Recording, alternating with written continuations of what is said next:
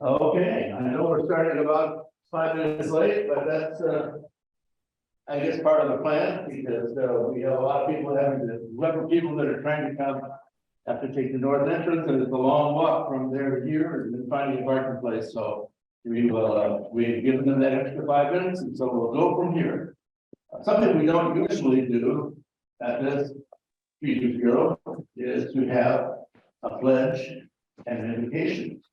But because of the special circumstances of this particular event that we're commemorating this evening, we will do so. And we will start with God before country. So we will start with the invocation from Pastor Governor Susanna. Thank you. Thank you. Can you hear me? Am I going to be on this? Perfect. Good evening, friends, fellow Toastmasters, and welcome guests. I didn't see anyone that I knew yet, but probably, like Tom said, they are making the trek from the parking lot here, which is a bit of a maze, so we'll be looking for them. The prayer I've chosen to share with you tonight is a portion of the Marines' prayer, which I feel touches on the personal mission of those who served us and serve us in the United States of America as our protective military force. It is dedicated to those who have served, those who are in service now, and those who are to come. May their courage and commitment to service be contagious to us, the citizens of the United States of America. Let's take a moment as we've gathered together to just breathe in and out that spirit as we prepare to listen. And if you feel comfortable to close your eyes, I invite you to do so. The Marines' Prayer. Almighty Father, whose command is over all and whose love never fails, make me aware of thy presence and be obedient to thy will. Keep me true to my best self, guarding me against dishonesty in purpose and deed. Help me to live so I can face my fellow Marines, my loved ones, and thee without shame or fear. Protect my family. Give me the will to do the work of a Marine, to accept my share of responsibilities with vigor and enthusiasm. Grant me the courage to be proficient in my daily performance. Keep me loyal and faithful to my superiors and the duties my country and the Marine Corps have entrusted to me. Make me considerate to those committed to my leadership.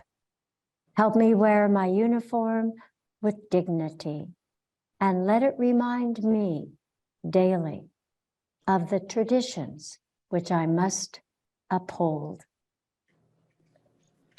Thank you, Mr. Chair. Thank you, ma'am. And I'm the pledge, and one of the things I will mention is that all of our leaders today, including the person doing the pledge, will sharing now or have been in the past. So we will have our roles in the pledge of allegiance. Thank you. Good evening, everyone. Evening. Tom, I have a problem getting on my computer.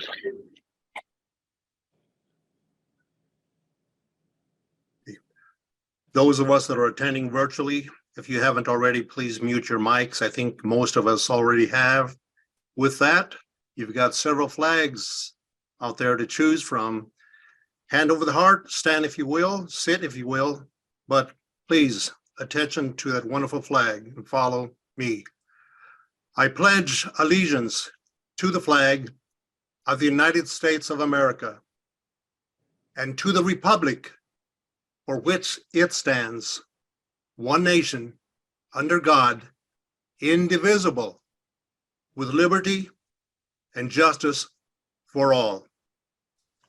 Thank you. Thank you.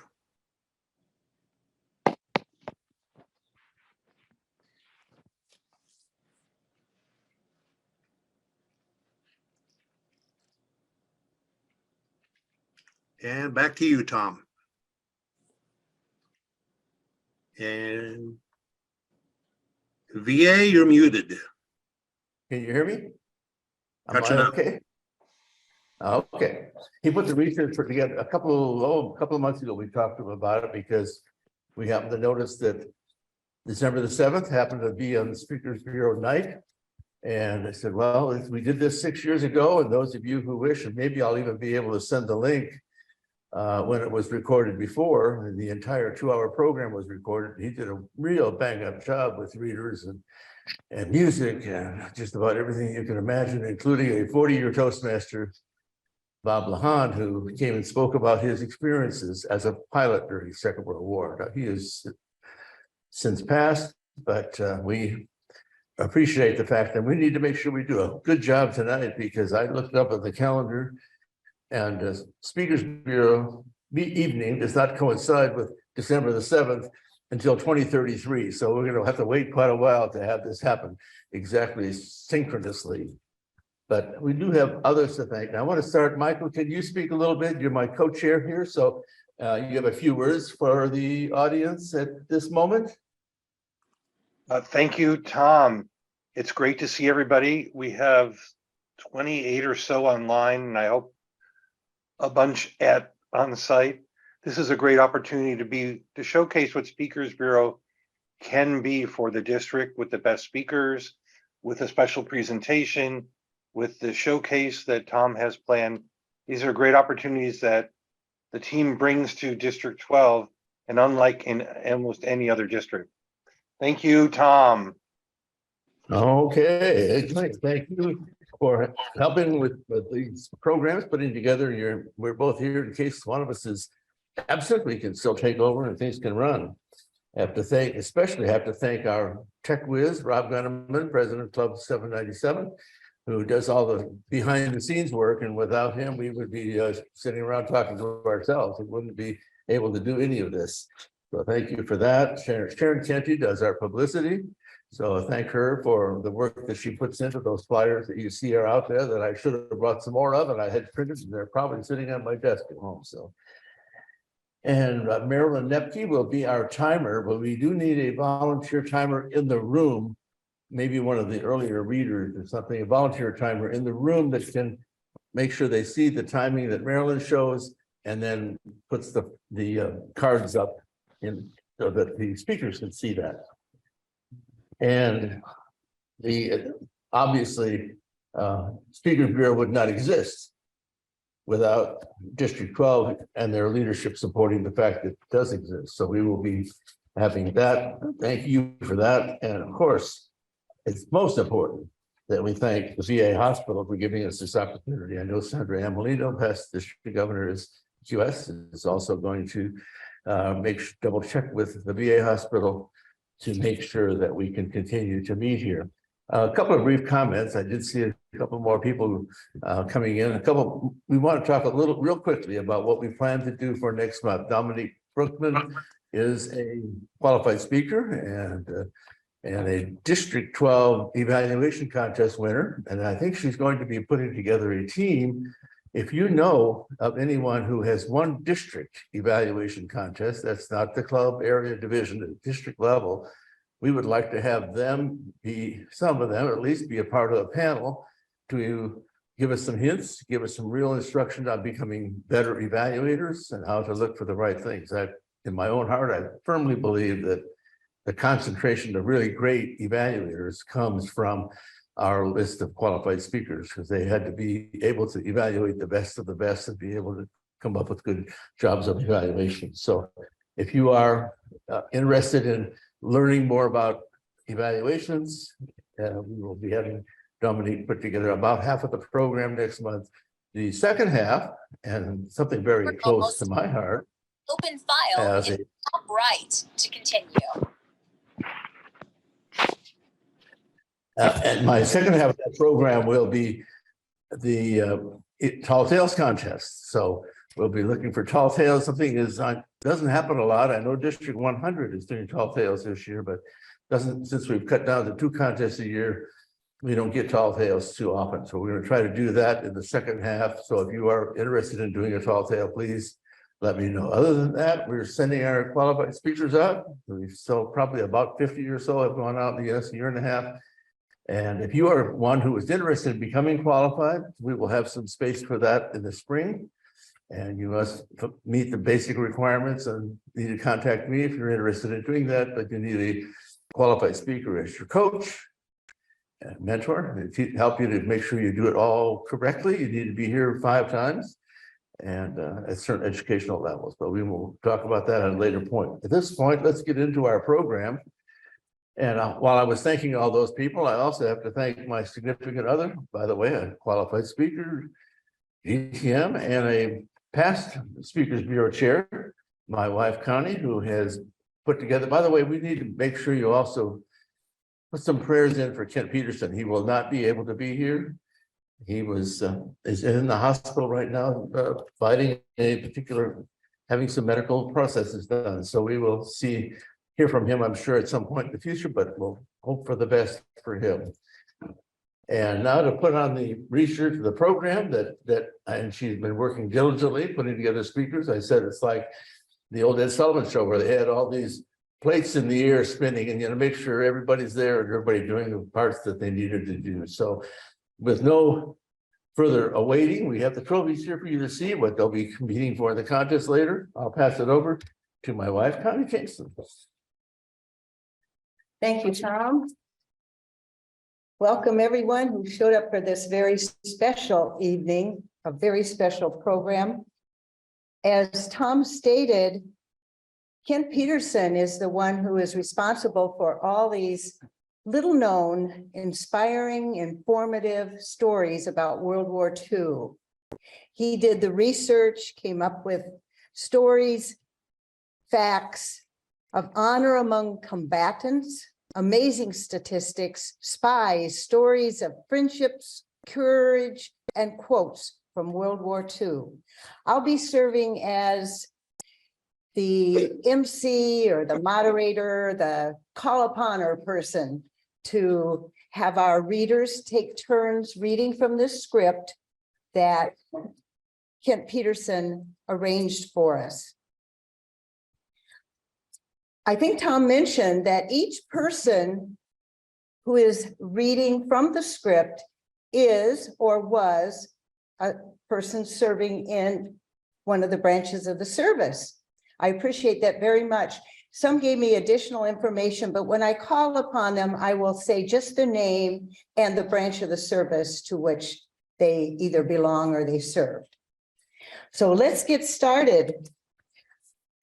Total casualties for World War II totaled between 50 and 70 million people, 80% of which came from only 4 countries: Russia, China, Germany, and Poland. Over 50% of the casualties were civilians, with the majority of those being women and children. Our first story is about the 10th Mountain Division. And to share that, we have Bob Palmer, Navy. Bob Palmer. Thank you, Connie. The 10th Mountain was an elite division trained to fight on skis, climb mountains, and thrive in cold weather. They trained in the mountains of Colorado just south and west of the present-day ski resort of Vail. The night of February 18th, 1945, the German soldiers occupied the western side of the Pizzo de Campiano, a mountain in northern Italy. Their position commanded Highway 64, 3,000 feet below, and a vital roadway the U.S. Fifth Army needed to continue its drive up the Italian peninsula. If the Allies hoped to advance in safety, they'd need to clear the mountaintop dubbed Riva Ridge. With 400 of their comrades dug in by the village of Fanano near the base and believing the eastern face of the mountains unscalable, the men of Hitler's 1044 Grenadier Regiment dozed contentedly in their makeshift bivouacs. The sleeping Germans had no idea that their position was being quietly enveloped by teams of elite American soldiers who had climbed the strategically vital heights upon which the Wehrmacht troops were encamped. The raiders stealthily fanned out across the summit while their comrades did the same on 3 neighboring peaks. When all was ready, the US troops struck, taking the Germans by surprise. By dawn, Riva Ridge was in Allied hands. Other summits would follow. The enemy counterattacked over the following 5 days, but were unable to recapture the important heights. Madam Chairman.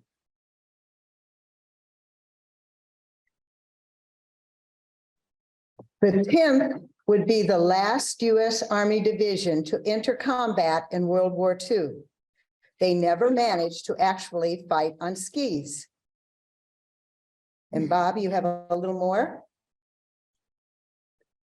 I was going to announce that my Palmer family has the distinction of having my Uncle Charlie, age 18, at Pearl Harbor on December 7th, 1941. He was on the USS Honolulu across the bay from the famous Arizona that was sunk. Thank you, Bob. And just a little bit more about this 10th Mountain group. To be sure, other aspects of the 10th training came into play, particularly rock climbing and being there to survive and fight in mountainous terrain. But as far as ski combat, there was none.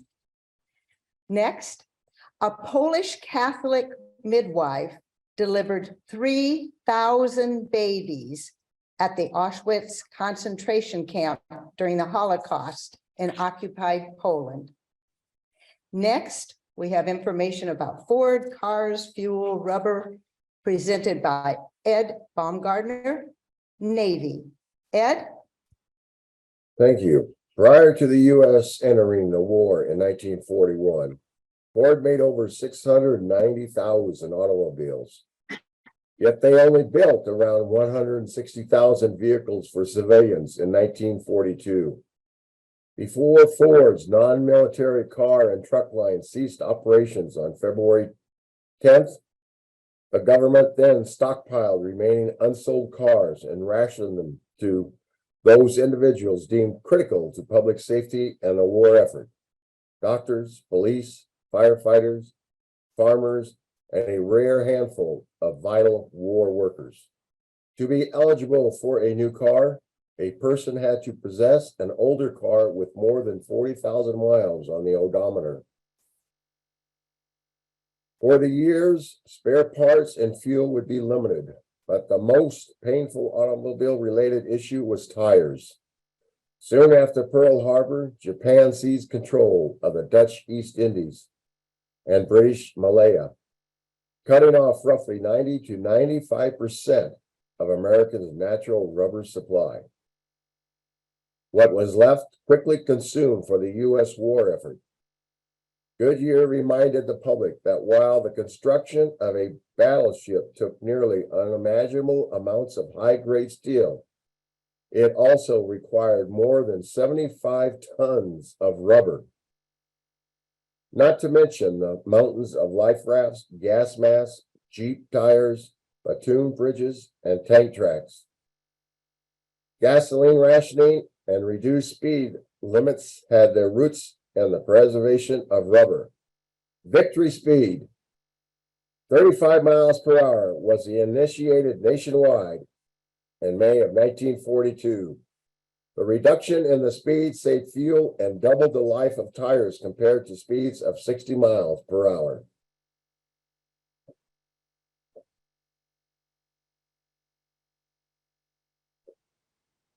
Every 5 German soldiers killed in the war died on the Eastern Front. A story that is close to home in Southern California involves the talent of a Hollywood legend. To share that story, we have John Collins, who told me he enlisted in the Air Force, then served as a Marine officer. Interesting. Would you please share, John?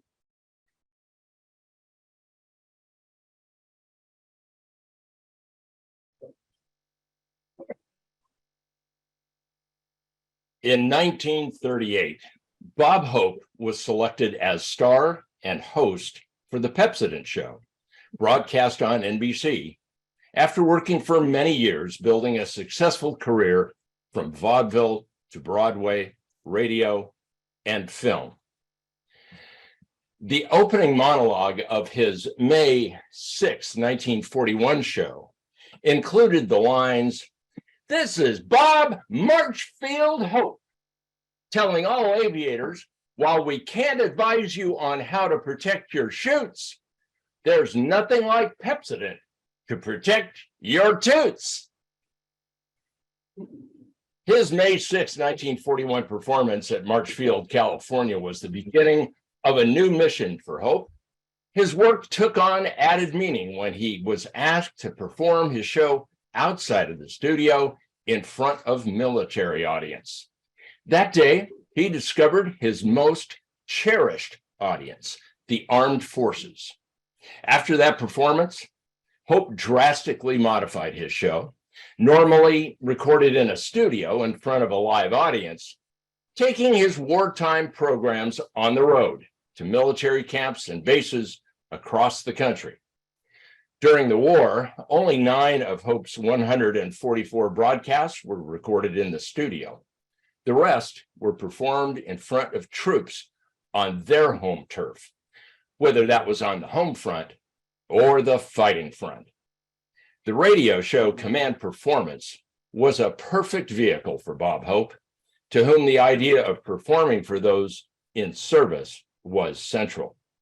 Broadcast from 1942 to 1949 by the Armed Forces Radio Service, AFRS, Command Performance was transmitted with few exceptions only to troops overseas, not on domestic stations.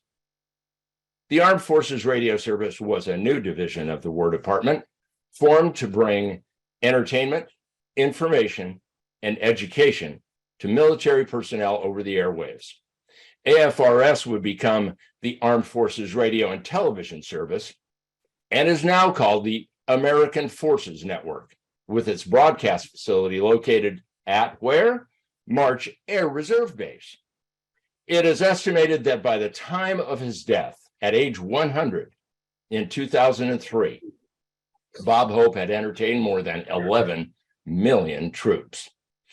Bob Hope was MC of this show numerous times. And on July 7th, 1942, that broadcast was added to the National Recording Registry by the Library of Congress in 2005.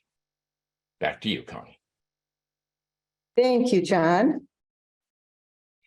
The miraculous evacuation of Allied troops from Dunkirk saved 193,000 British and 145,000 French troops.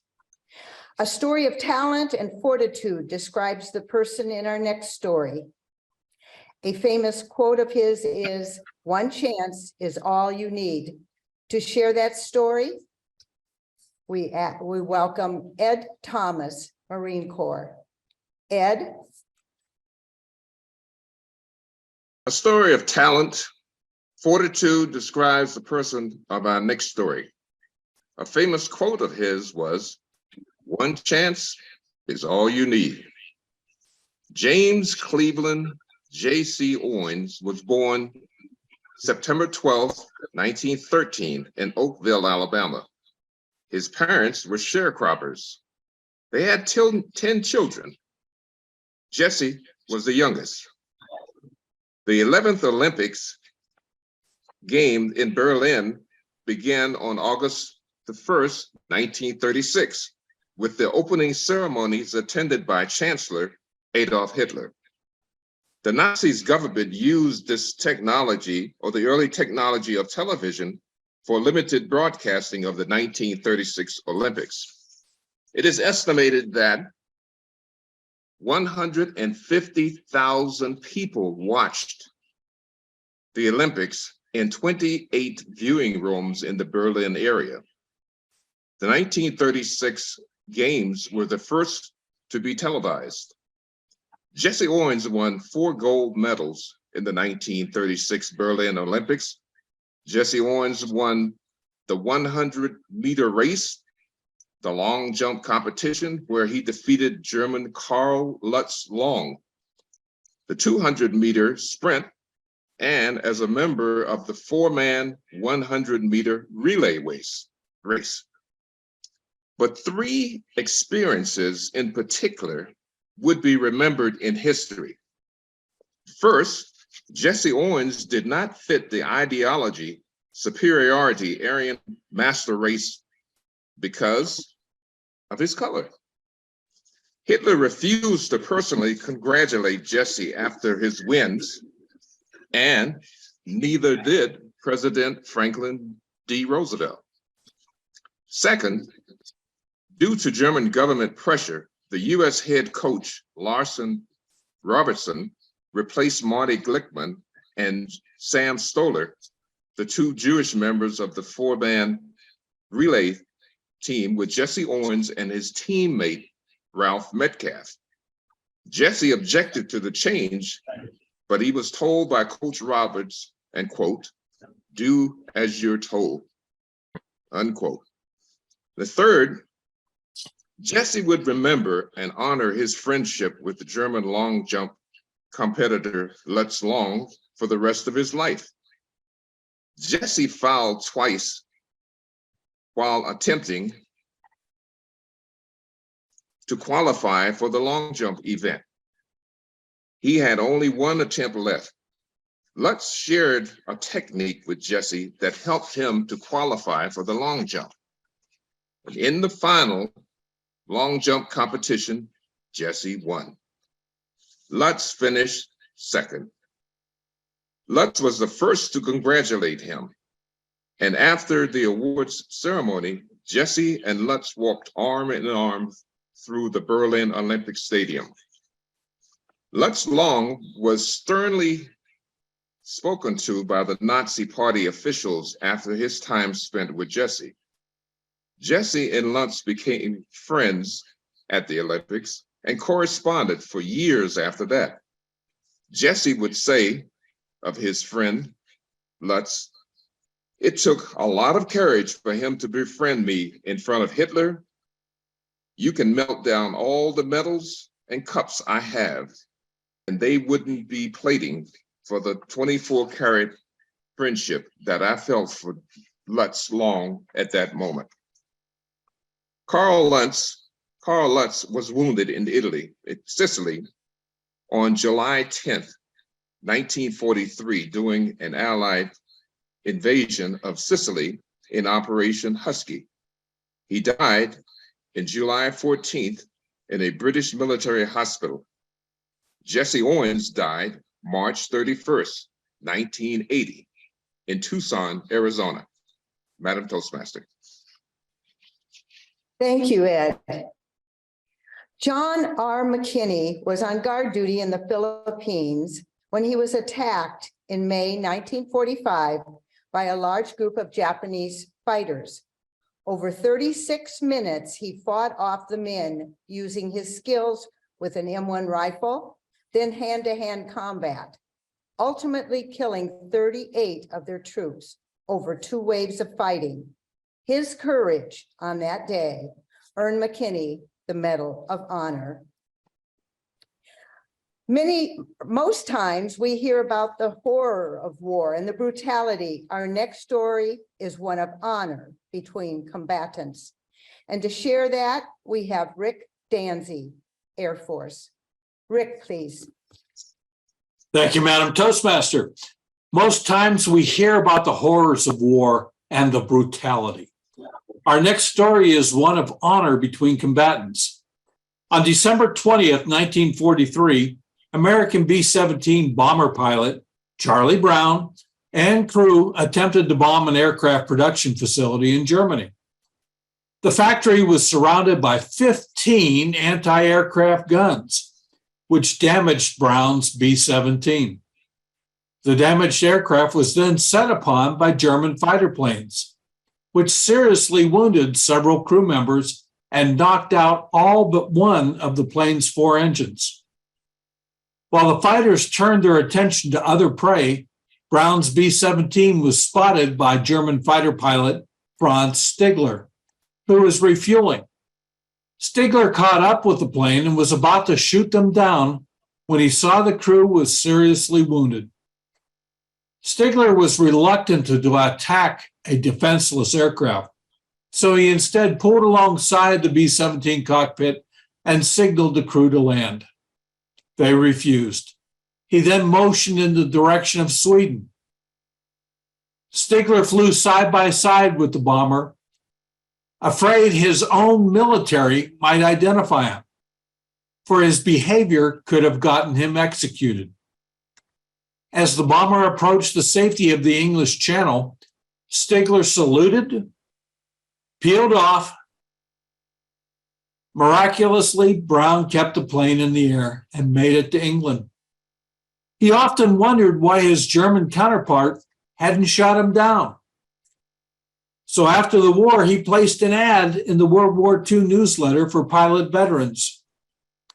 Stigler, who had relocated to Canada, spotted the ad.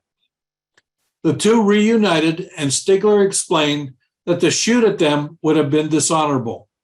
The pair became close friends. I would hope I would have that same honor. Madam Toastmaster. Thank you, Rick.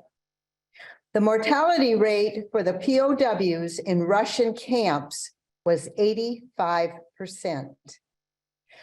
Our next person to share is John Reese, Navy. John Reese.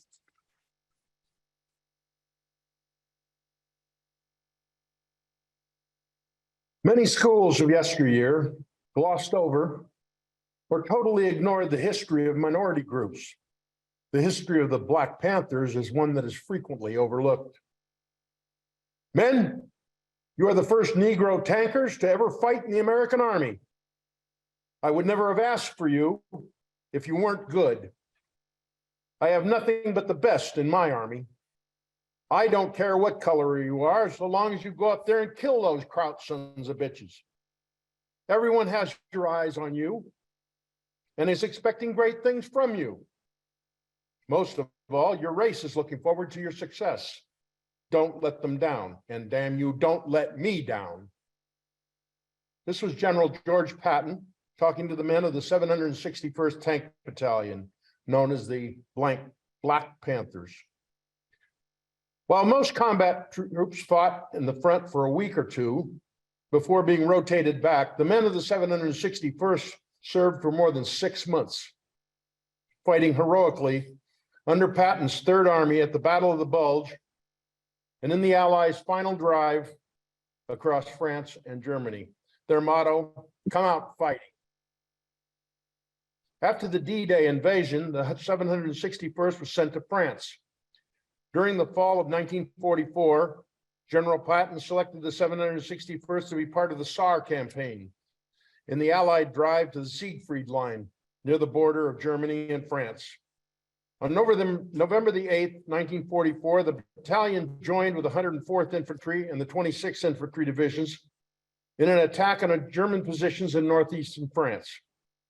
As they were entering the town, a roadblock improvised by the Germans using a falling tree and several landmines stopped the progress of the tank battalion and the infantry.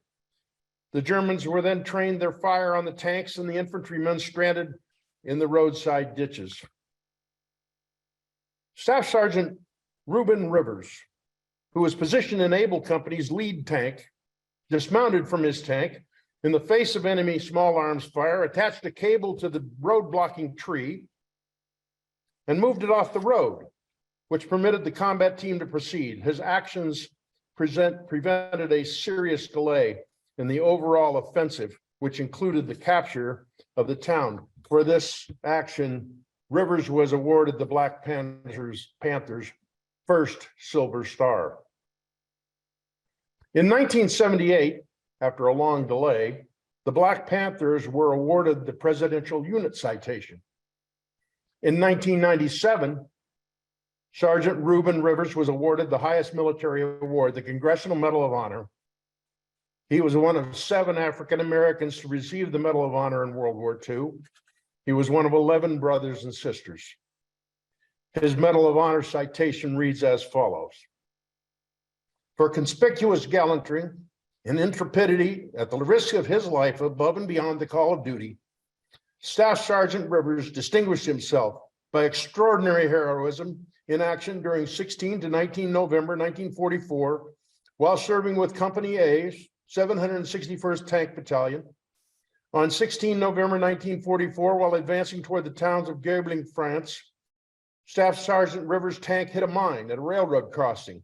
Although severely wounded, his leg slashed to the bone, Staff Sergeant Rivers declined an injection of morphine, refused to be evacuated, took command of another tank, and advanced with his company into Gerbling the next day.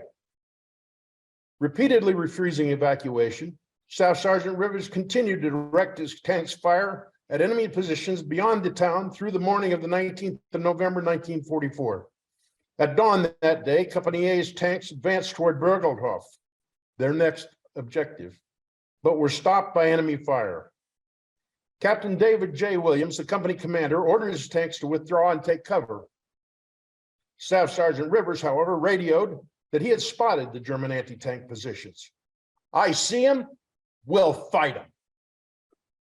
Staff Sergeant Rivers, joined by another Company A tank, opened fire on enemy tanks, covering Company A as they withdrew. While doing so, Staff Sergeant Rivers' tank was hit, killing him and wounding the rest of the crew. Staff Sergeant Rivers' fighting spirit and daring leadership were an inspiration to his unit and exemplify the highest traditions of military service. Madam President.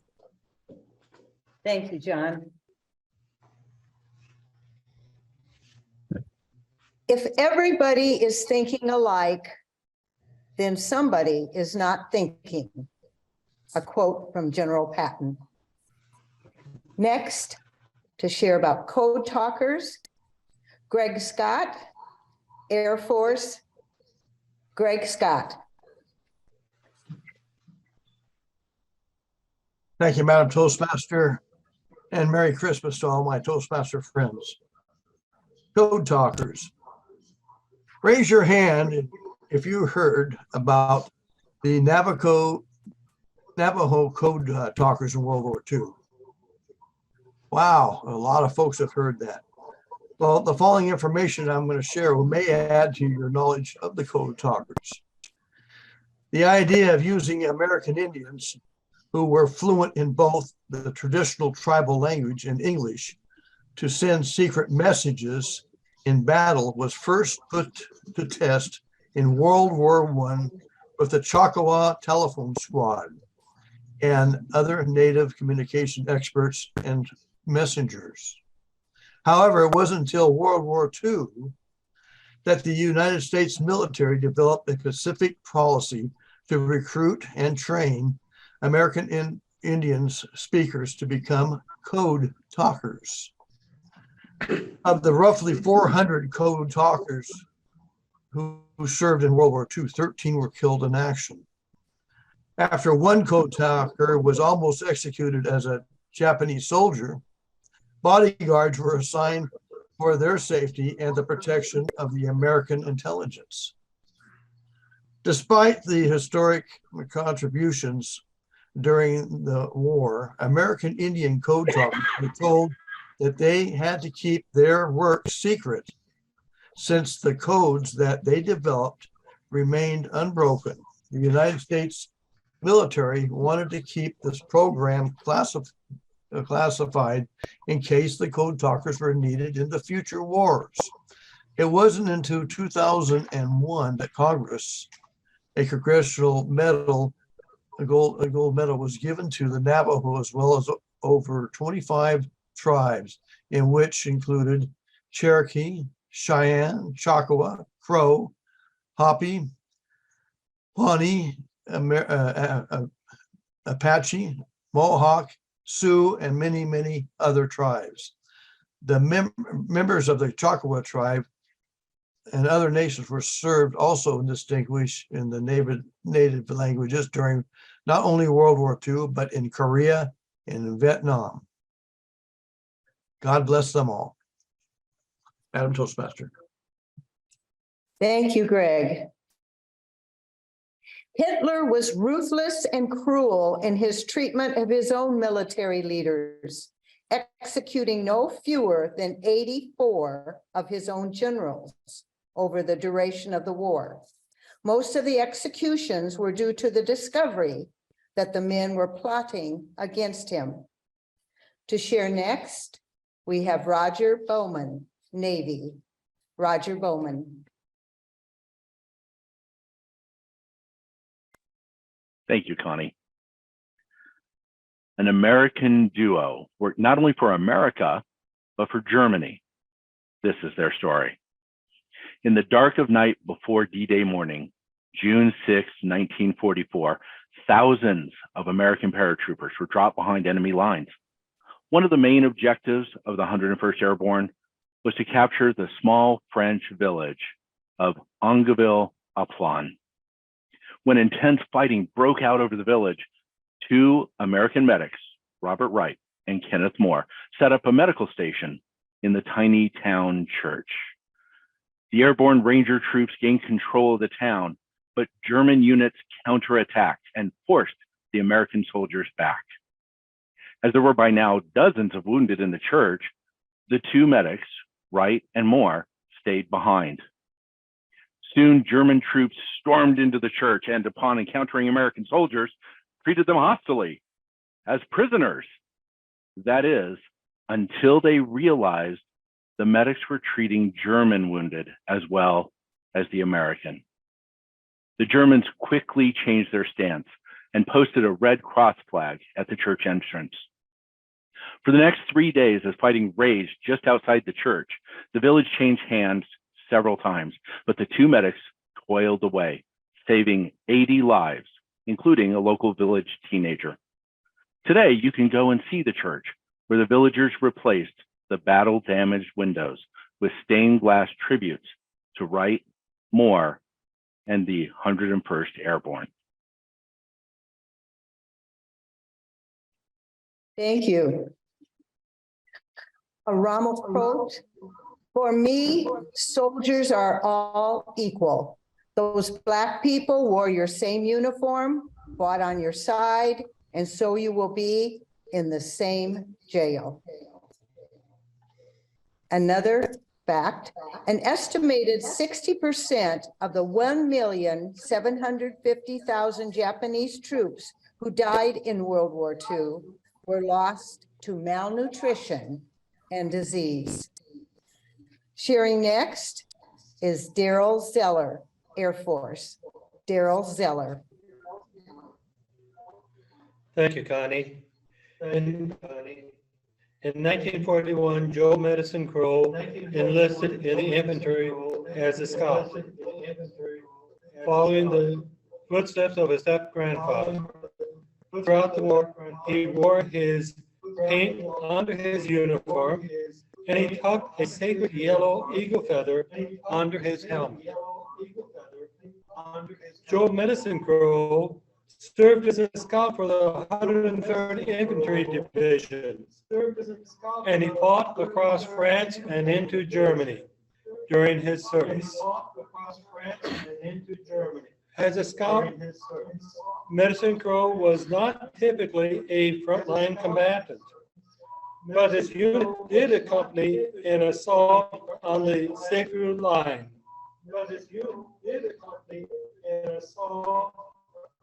During the battle, an American unit was wiped out while carrying explosives that would punch a line in the defenses. Medicine Crow and 7 others were ordered to finish the job. They crossed heavy enemy machine gun fire to retrieve the explosives and blast it through the line. Medicine Crow was awarded a Bronze Star for his heroics. In addition to the Bronze Star with Valor that he earned during his World War II service, Joe Medicine Crow has been honored with several awards for both his military service and his work as a Crow historian. After World War II ended in 1945, he went on to become the Crow tribal historian and spent the rest of his life retelling the history of the Crow people before he passed in 2016 at 102 years of age. In 2008, the French awarded him the National Order of Honor Medal for his service. A year later, President Barack Obama awarded Medicine Crow the Medal of Freedom, the highest civilian honor. He was nominated for a Congressional Gold Medal. Awarded Medicine Crow the Medal of Freedom, the highest civilian honor. He was Thank you, Daryl. Congressional Gold Medal.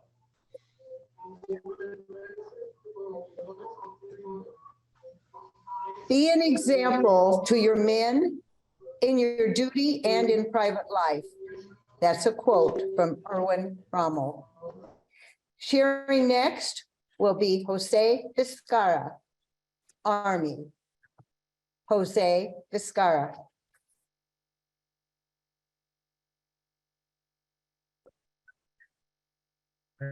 Thank you.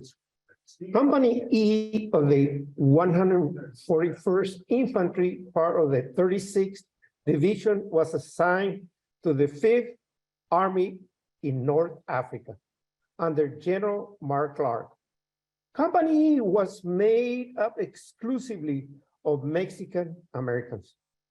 On September 9, 1943, the 36th spearheaded the Allied invasion of the Italian mainland at Salerno. It became the first American unit to fight Hitler's forces on the European continent. PFC Ramon Gutierrez from Del Rio, Texas, and his platoon had been pinned down by 4 German Mark IV tanks and fire from a machine gun nest. After witnessing members of his unit killed, Gutierrez charged the machine gun nest, firing his Browning automatic rifle until it was shot out of his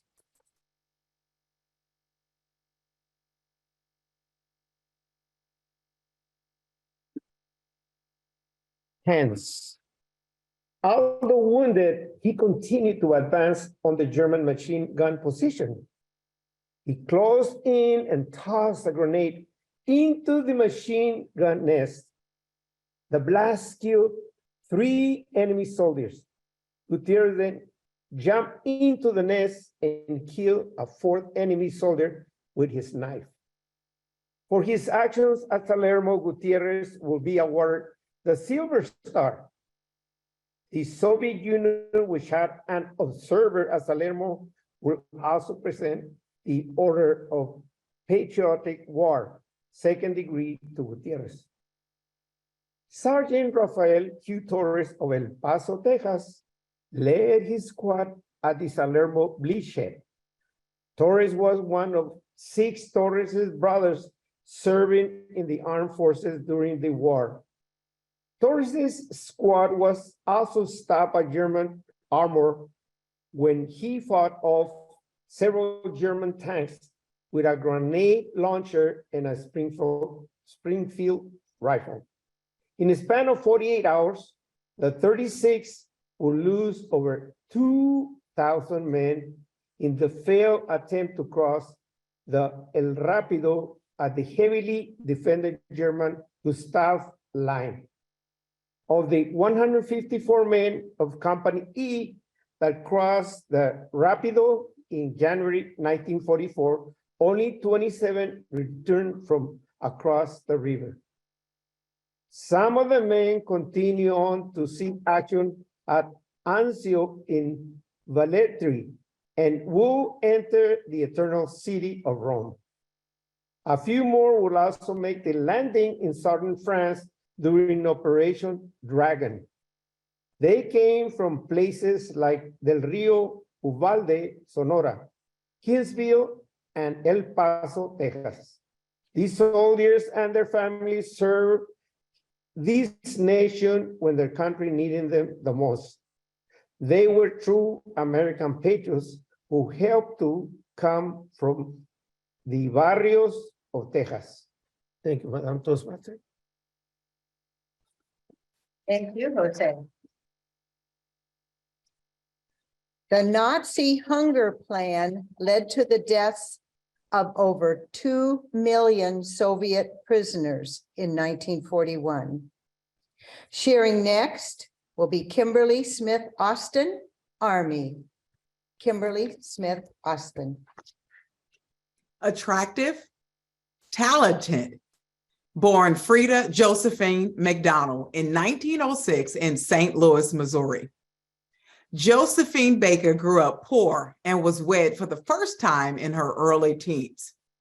A dancer, she went on to tour the United States with vaudeville troupes and perform on Broadway before moving to Paris in 1985, where she skyrocketed to fame in the city's music halls. Baker, whose name included Black Venus and who also sang and acted in movies, became a major celebrity in Europe and a symbol of the 1920s jazz age.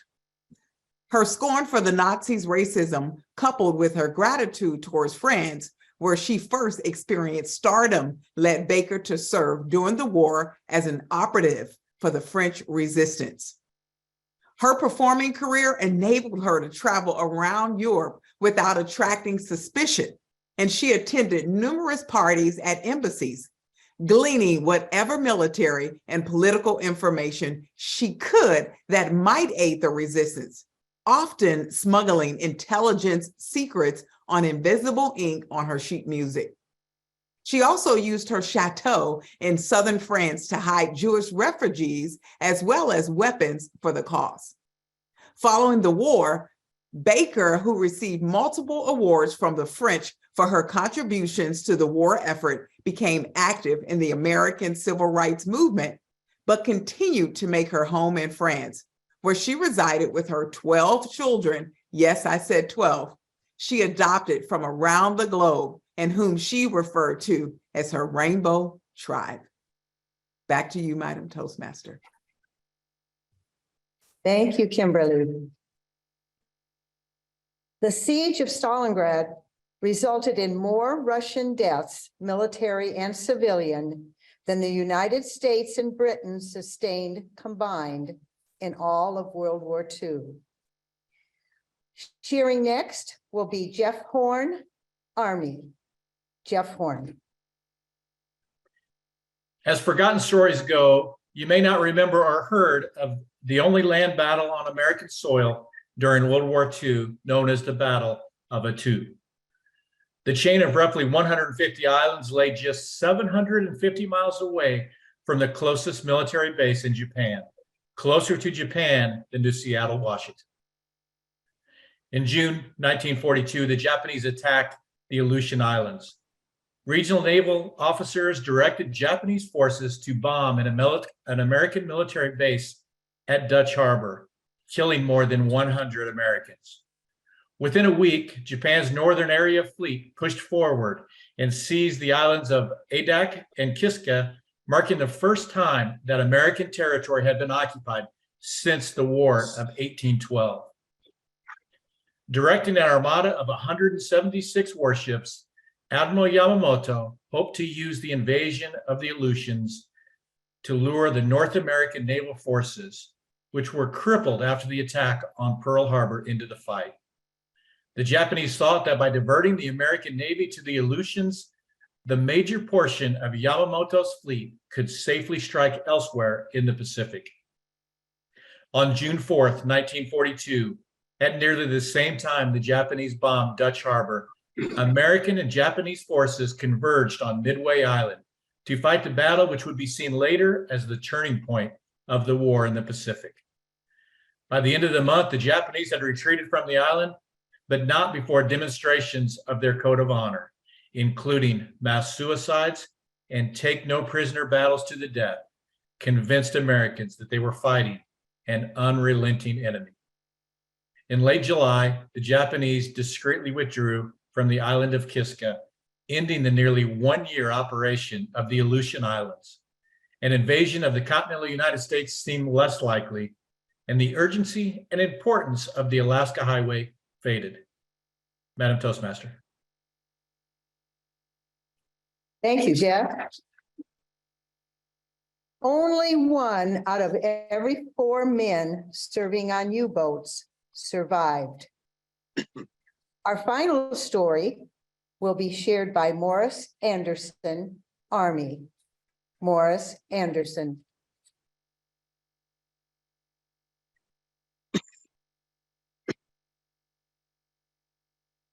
A story that many have never heard is about Susan Ann Cuddy. Serving in the military as a woman in World War II was personal. In 1937, her father was killed by the Japanese during a visit to Seoul and now South Korea for speaking out against Japanese occupation and oppression of Korea. 3 years later, the Japanese attacked Pearl Harbor in 1941. Cuddy and her 2 brothers became determined to join the US's fight against Japan, and all 3 joined the US military. Cuddy graduated from San Diego University and applied to join the WAVES program and was rejected. Despite facing overwhelming discrimination as a woman and as an Asian American living in the United States following Pearl Harbor, Cuddy applied to WAVES again, and she became the first Asian woman to join the US Navy.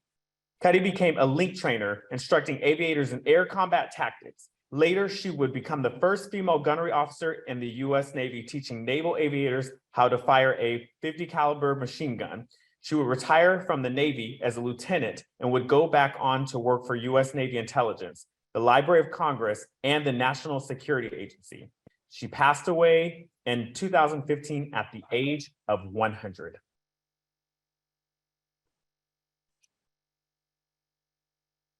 Thank you, Morris.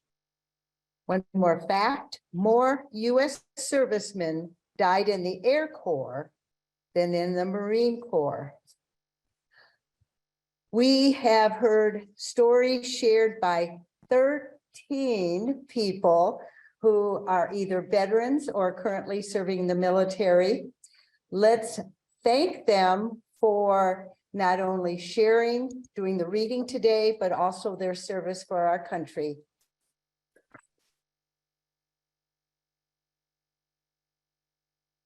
I had a couple people who shared something with me that I thought would be of interest and wasn't part of the script. Bob Palmer shared about his uncle. I hope I got everything you wanted to share, Bob. I kind of threw you off a little bit, but a couple more people. John Collins, who shared about Bob Hope.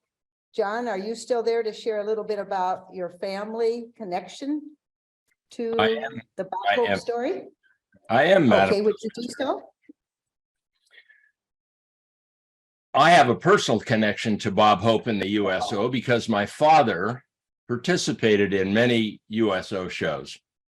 And the way he did that is because he was a trumpet player. In World War II, he served in the Army Air Corps, but he never saw any kind of fighting at the front lines because he was a member of bass, the bass jazz band and dance band, and every base commander wanted to have a band. So if you had an extra tenor sax and needed a bass player, you'd do some horse trading.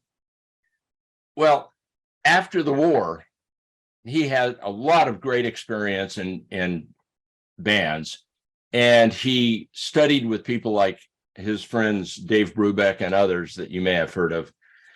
But he eventually went to big bands like Woody Herman and Les Brown.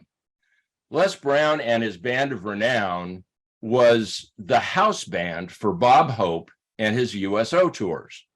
And so my father went on many of these tours, at first to Germany, and then when Vietnam really cranked up, he was in Thailand, Vietnam, Guam, many other stations.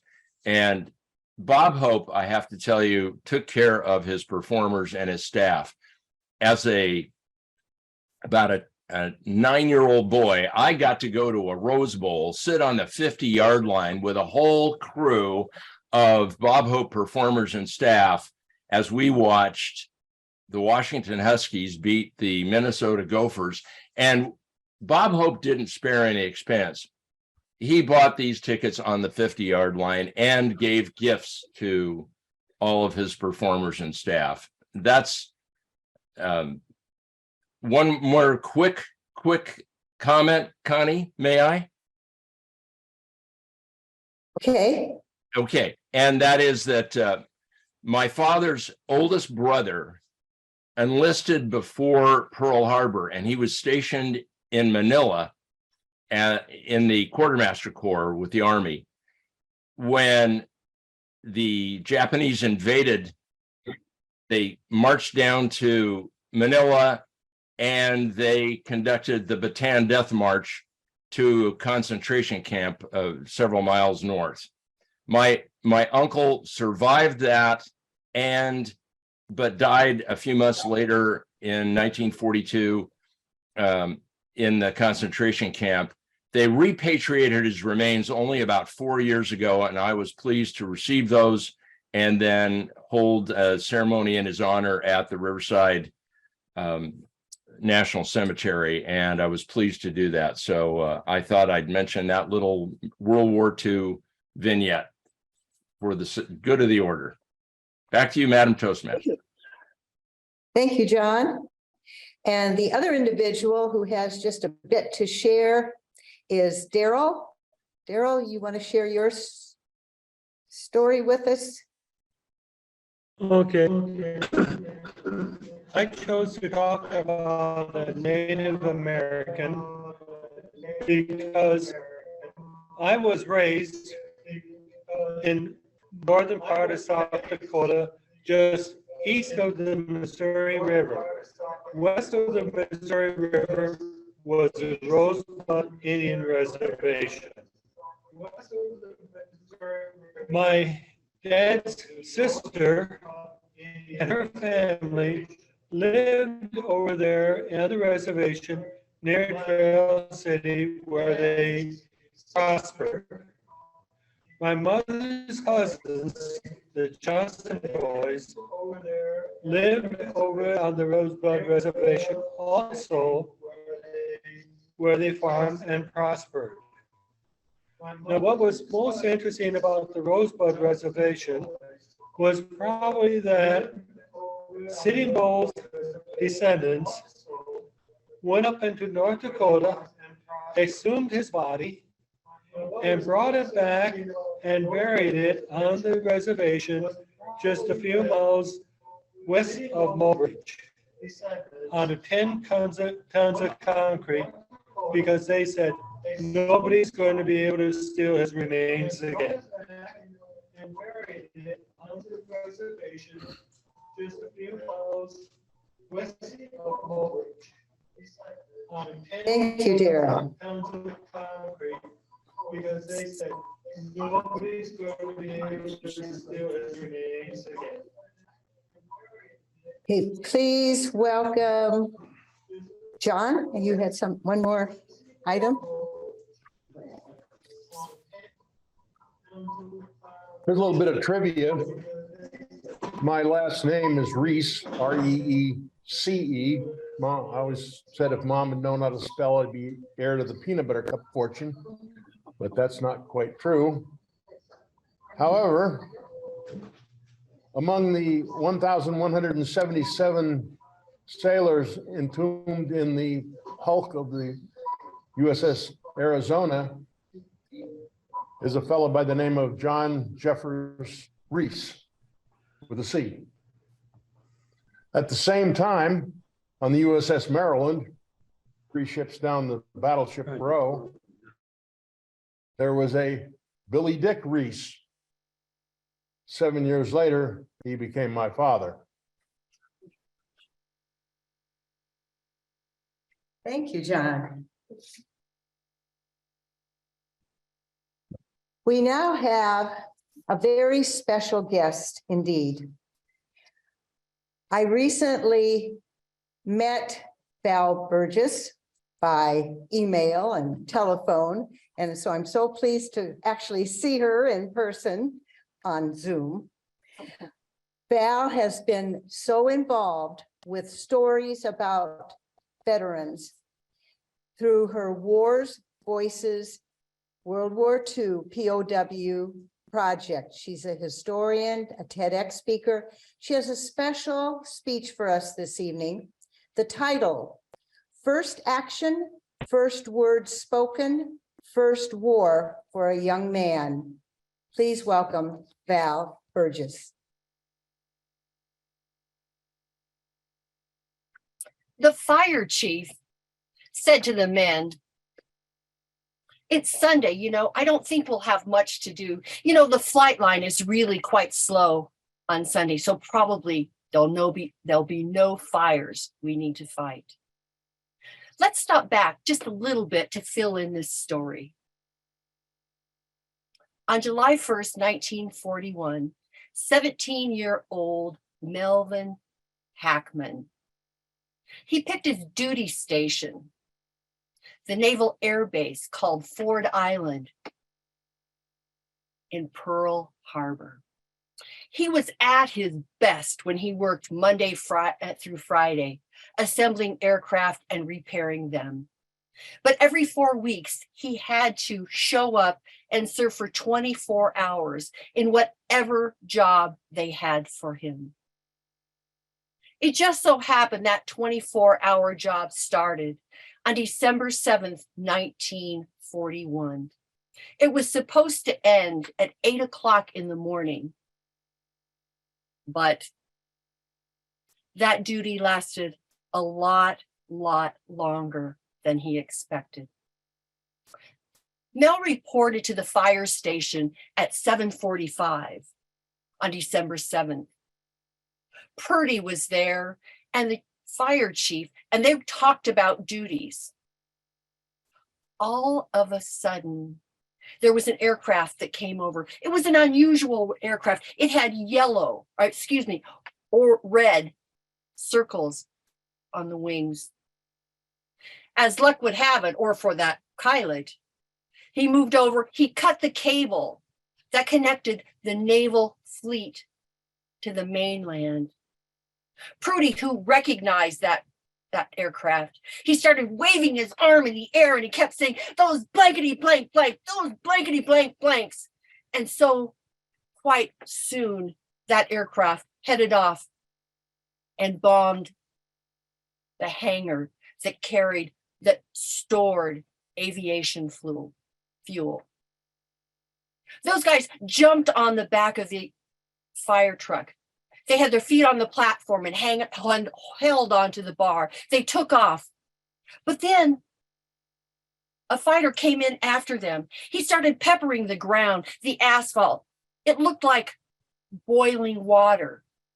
And that black tar was popping up. It was burning Purdy and Mel's back. They had burns on their arms and any open skin because the asphalt was so hot. Soon a bomb was dropped at about 60 feet behind them. But the fire chief got them out of there and they stopped at the bay. They were going to fill the engine, the fire truck, with water. But the hoses were so badly damaged, they had to abandon that. The fire chief took them on further down the bay to the end of Ford Island. And there behind them was a house. He said to the men, "That's my home. My wife is there. You protect it." And so he took off to help elsewhere. Prudy and Mel stood there looking around, and they looked straight ahead of them. And there was the USS Arizona, the West Virginia, the Oklahoma, and on down the way. Very quickly, the whole sky filled with aircraft, bombers, fighters, torpedo guns. There was a high altitude bomber that came in, dropped a piercing bomb that hit the front deck of the Arizona. It went right through the deck and blew the magazine. Very quickly, they saw torpedo planes that were flying very close to the surface of the water. They dropped their torpedoes. It was perfect. Suddenly, they exploded simultaneously. Mel said he saw the Arizona lift up out of the water, and then it broke and went down. She carried with her 1,177 men, one of Mr. Reese's family members. Hickman and Prudy had to hold on to each other around a palm tree because the winds, the percussion of those bombs was over 100 miles an hour. Soon they heard voices screaming, "Help me, help me, help me." And they noticed in the water the gasoline, all the fuel that was burning, and the men were trying to swim through it. Mel bent over and picked up a man out of the water. Unfortunately, this man was only from his waist up. He held him in his arms until he died, and then he let him slip back in to the water. That day, Mel Heckman helped 15 other men who survived. One man, Mel Heckman, was just 17 years old. On December 7th, on December 7th, 2016, Mel Heckman, one of the very few survivors of Pearl Harbor, returned there for the very first time in his life. Surrounded by family members, they went back to the places where the first sound, the first words, and his first war experience began. Mel was respected. He earned a Purple Heart and is now memorialized at the World War II Valor in the Pacific National Monument at Pearl Harbor. Mel asked me to continue to tell his story because he didn't want to be forgotten. I respect him and so many others I've been able to interview because truly their stories need to be told to so many people, especially our children today. In 1995, I was fortunate to travel with 127 former prisoners of war back to the Great Escape prison camp of World War II fame. We went to their camp, we followed their forced march, we ended up in southern Germany where they were liberated from another camp. The Germans celebrated them. I learned about their war. I started recording their stories. That was 28 years ago. Our War's Voices archives holds approximately 200 oral histories. We have the largest collection of Radio Tokyo letters. We have personal accounts, photos, letters, unit histories, and manuscripts. It is my mission to tell their stories for the remainder of my life. Last night I gave this speech to a Toastmasters club, a different Toastmasters club. And someone said to me, "Why are you wearing those clothes?" And I said, well, this is a uniform that the women air service pilots might have worn. And I wear it because it brings me closer to them. And that's always what I hope, is to share their stories in a way that they would be proud. Madam Toastmaster.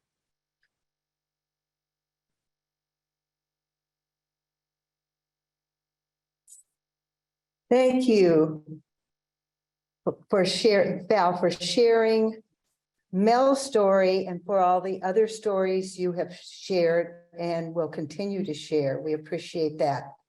Your position is very, very important. And I hope we get to hear many more of those. By the way, Val is joining us from Sheridan, Wyoming. Well, now we've finished with some stories of inspiration, and we're ready to have our funny bones tickled a little bit with some humor to end this evening. To get us started in that, we will have Tom come back and take care of having speaking order for our 5 humorous speakers.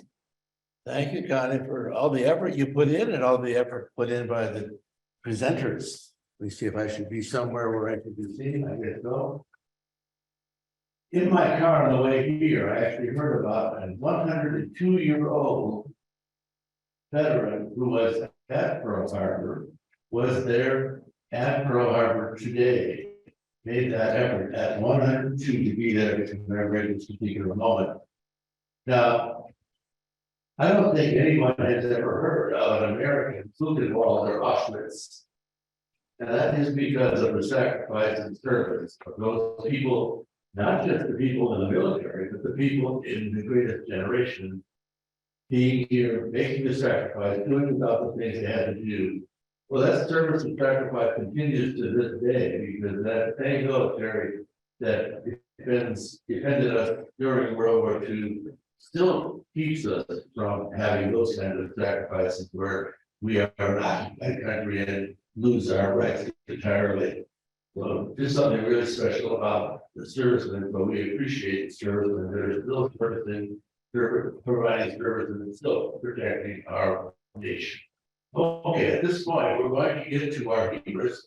Let's hear things up a little bit. Get to our humorous speech. I want to first make sure to speak is Judy Van Arsdale on Zoom. I think he's the only Zoom contestant. Judy, are you there? Okay, we have devised a way for you to choose your speaking order, and then Connie will take over running the contest. And I need you, I'll let Judy do the first, because she's the one that's on Zoom. Pick a letter, the tax code to come to the Zoom meetings is IESB. It's the required speakers bureau, and it's district 12. So you just choose one of those 4 letters or the number, and I will then show you what assignment or order I have chosen for you. So we'll start with Judy. Would you please pick either I, E, S, B, or 12? You're gonna write those down, right? Did I hear Judy pick?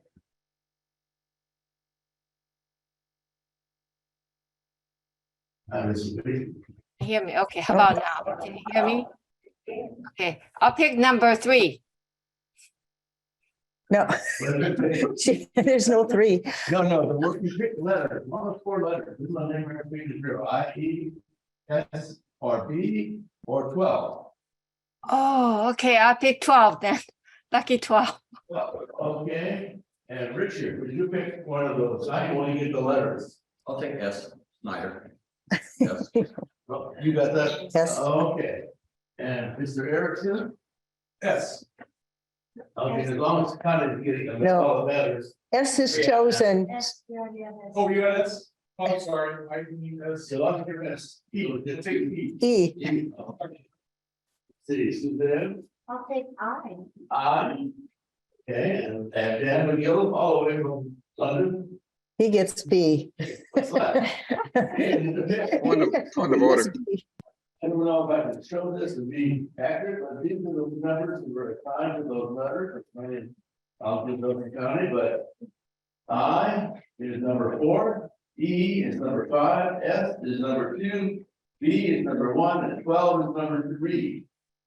Okay, one more time. I will. Just one more time. What is B? B is number 1. And like B1, like the vitamin. okay, and S, it must then be 2. S is 2. Okay. So I have the speaking order. I will announce it Number 1 will be Dan McGill. Number 2 will be Richard Snyder. Number 3 will be Judy Van Arsdale. Number 4 is Suzanne Leonard, and number 5 is David Erickson.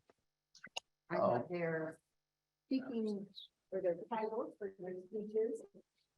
Marilyn Neptune will be doing the timing. Marilyn Neptune will be doing the timing. It's And 5. It'll be 5 to 7 minutes, 5, 6, and 7. 5 to 7. Okay, cool. Okay. Period on either side. 5, 6, 7. John will, there you can see Marilyn with her background. You're gonna put her background up.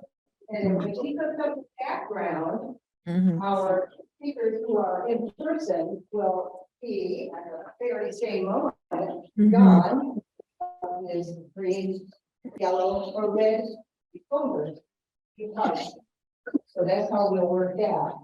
How does it Oh, on? yes. Is it We will pass good? out ballots. Ballots to the audience, those who are in the Zoom audience that cast their dinner to Rob. And we'll do the way I believe in doing it, not the way Toastmasters International believes in doing it. We won't be assigned any special judges because everyone, it's a democracy, right? Right. We did all that stuff, right? Everyone in the room and everyone on Zoom will get an opportunity to vote. Yeah. And the voting will be from the chat, from those people on Zoom, and we will pass out ballots in this room, just circle the name at the end of. So, and by the way, you are allowed to vote for yourself, isn't that wonderful? But everyone in the room will get a chance to vote, and we'll collect those ballots. Everyone at home will chat their vote to Rob. And so he will give you all the votes, and we will try to keep the votes as quick as possible, and we'll change stuff, how we vote, to make sure we don't wait too much time at the end. And we also have a drawing that we'll have, and we will go over the little objects there, we will pass out about the way drawing tips. So someone, probably most people will have to go home with some kind of souvenir of this particular day. With that, I will pass it on to your Toastmaster of the day. Thank you, Tom. So our contestants will be vying for this wonderful recycled trophy and this first place runner-up. But when you vote, whether you're voting on chat or on your little ballot that you'll be getting, remember to vote for only one person, even though there will be 2 totals. So everybody will have 1 vote, including contestants. You can all. Well, let's get rolling here with some humor, to bring us some smiles, chuckles, maybe even a belly laugh or 2. Our first contestant, Dan McGill, light bulb moments. Light bulb moment, Dan McGill. Thank you. No, I'm good. Thank you. Thank you. Have you ever had one of those ideas late at night while you're lying in bed? Not one of those ideas, Greg Scott. No. No, I mean the kind of idea that leaves you buzzing with excitement because you know that if morning could just come quickly enough, this is the idea that's going to change everything. And then morning does come and suddenly we're not quite so sure anymore, are we? Well, apparently there's some science behind this. What happens is, when we go to sleep at night, just before we go to sleep at night, our brain enters what's called super learning mode. And it's when we're at our most creative. Now, the inventor, Thomas Edison, he loved his nighttime ideas, the inventor of the light bulb. And every night, he would go to sleep in his chair. A bit like some of you are doing now. He would go to sleep in his chair holding some marbles. And as he dropped off, so were the marbles, and it would wake him up. And he would jot down as many ideas as he could because he knew that's when he was at his most creative. And yes, apparently there is some truth in the rumor that shortly after visiting his first advanced Toastmasters club, Edison invented the red light bulb. Contest chair, fellow Toastmasters. Back in February 2020, I had one of those late night light bulb moments. Lying in bed at 3 a.m., I decided it might be a good idea to quit my day job and become a stand-up comedian. Now,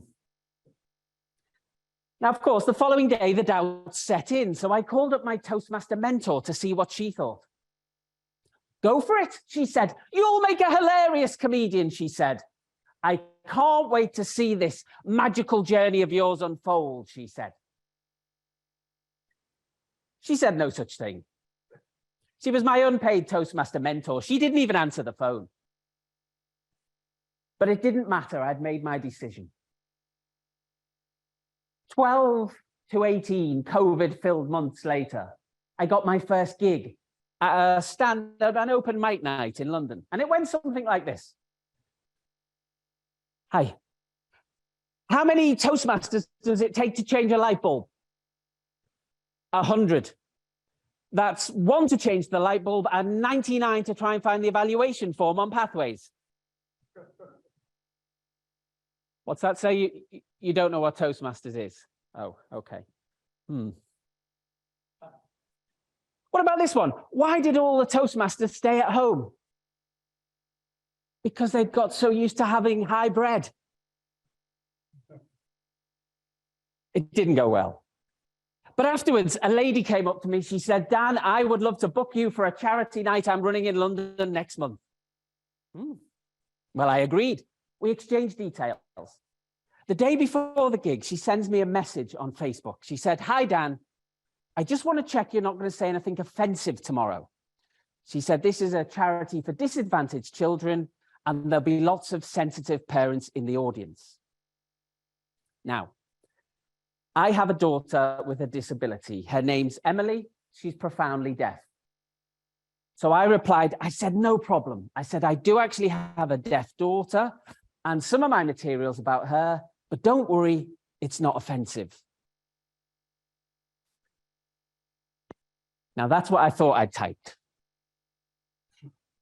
What I actually typed was, no problem. I do actually have a dead daughter and some of my materials about her, but don't worry, it's not offensive. Smiley face, thumbs up, wink. I didn't know what I'd said. And she replied, I'm so sorry. That's just the worst thing that can happen to a parent. But I didn't know. And I replied, no, not at all. We've always tried to make light of it. Even on the day we found out, we all went to Pizza Hut. She replied again, do you mind if I ask how it happened? I said, we don't know. I said, we didn't even notice for the first 6 months. It was only when we were calling her and she was completely unresponsive, we got suspicious. As soon as I realized my mistake, I made a full Facebook apology. You know the apology we all make on Facebook when we've done something wrong. I said, I'm very sorry. My account was hacked. Please ignore anything you've heard from me in the last 24 hours.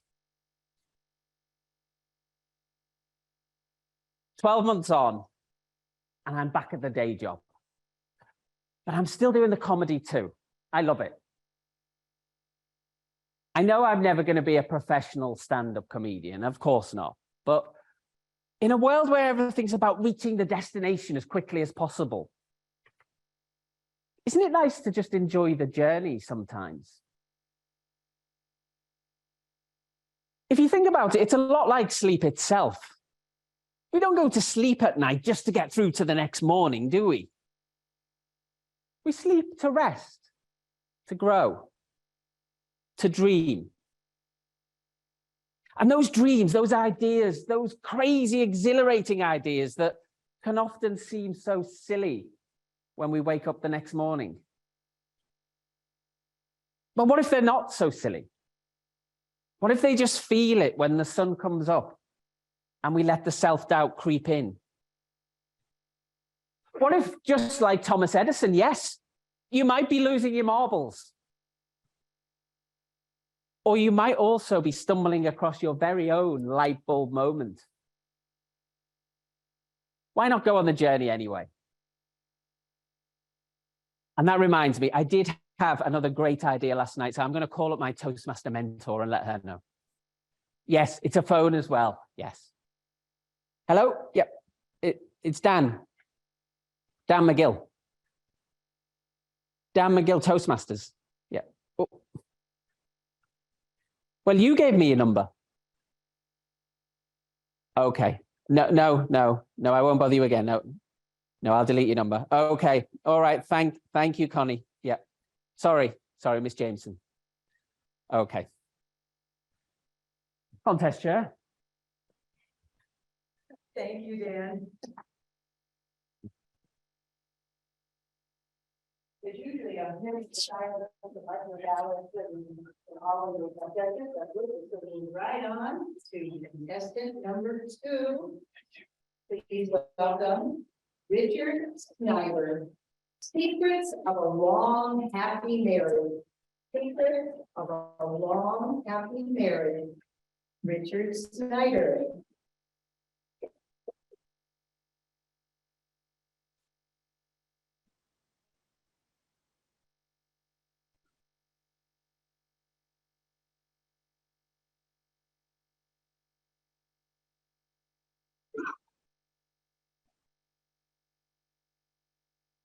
By a show of hands, how many of you are married? Thank you. Some just aren't willing to admit it. My wife and I celebrated our 25th anniversary last June. And several friends asked me, Richard, what's the secret to a long, happy marriage?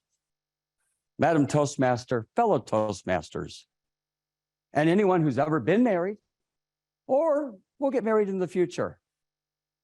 To be honest, I've never really given it a thought. My wife and I, we've weathered some storms. We're from different cultures. She was born and raised in Mexico. I was born and raised in the USA. So we've had some cultural differences and some language differences. We've weathered the storm. We've celebrated 25 years. But if I were to look at Hollywood, I'd probably compare our marriage more like I Love Lucy, Lucille Ball and Desi Arnaz with their madcap zaniness, working through the language differences and cultural differences than, say, for example, the idyllic marriage of the Nelsons, Ozzie and Harriet. But we've had some good times. And so I came up with 4 secrets to a long, happy marriage. Number 1, you need to establish early on, who's the boss? I sat my fiance down and I said, you know what? Hopefully we're going to have kids. And it'll be so confusing if there's 2 bosses, if there's 2 messages. So we need to have one boss. I wear the pants. I'm the man. I should be the boss. Well, she wasn't too happy about that. But she came around eventually to the idea. Once I got that, I said, okay, I'll make all the big decisions and I'll leave the small decisions to you. I don't like to brag, but in over 25 years of marriage, I haven't made one big decision yet. But I'm ready. Number 2, quit taking it personally. Shortly after getting married, my wife and I went to Mexico to meet her family. Wow, it's a large family. She has 9 brothers and sisters. She asked me, what would you like in Mexico? Is there anything special? Well, I don't generally drink, but I like to experience culture. So I said, you know what? I've never had tequila. I'd like some honest to goodness, authentic Mexican tequila. So one day she said, I'm going to go to the store. Would you like to go? Well, I was thinking, I don't really want to go to the store. I'd like to go for a run. But I said, just a reminder, if you find some tequila, could you get some? Well, she came back a little later. produced the tequila, showed her father. Look what I got for my husband. My father-in-law thought for a moment. Good trade. When I came back about 15, 30 minutes later, my poor father-in-law, he was so despondent. Does this mean we have to return the tequila? Well, I was very upset for a few days. My wife, seeing my sadness, said, "Do you know what this is?" I said, "Sure, it's a Q-tip." "Do you know what it stands for?" "No, I use it to clean my ears." Quit taking it personally. Move on. So number 2, quit taking it personally. Number 3, learn to laugh and have fun.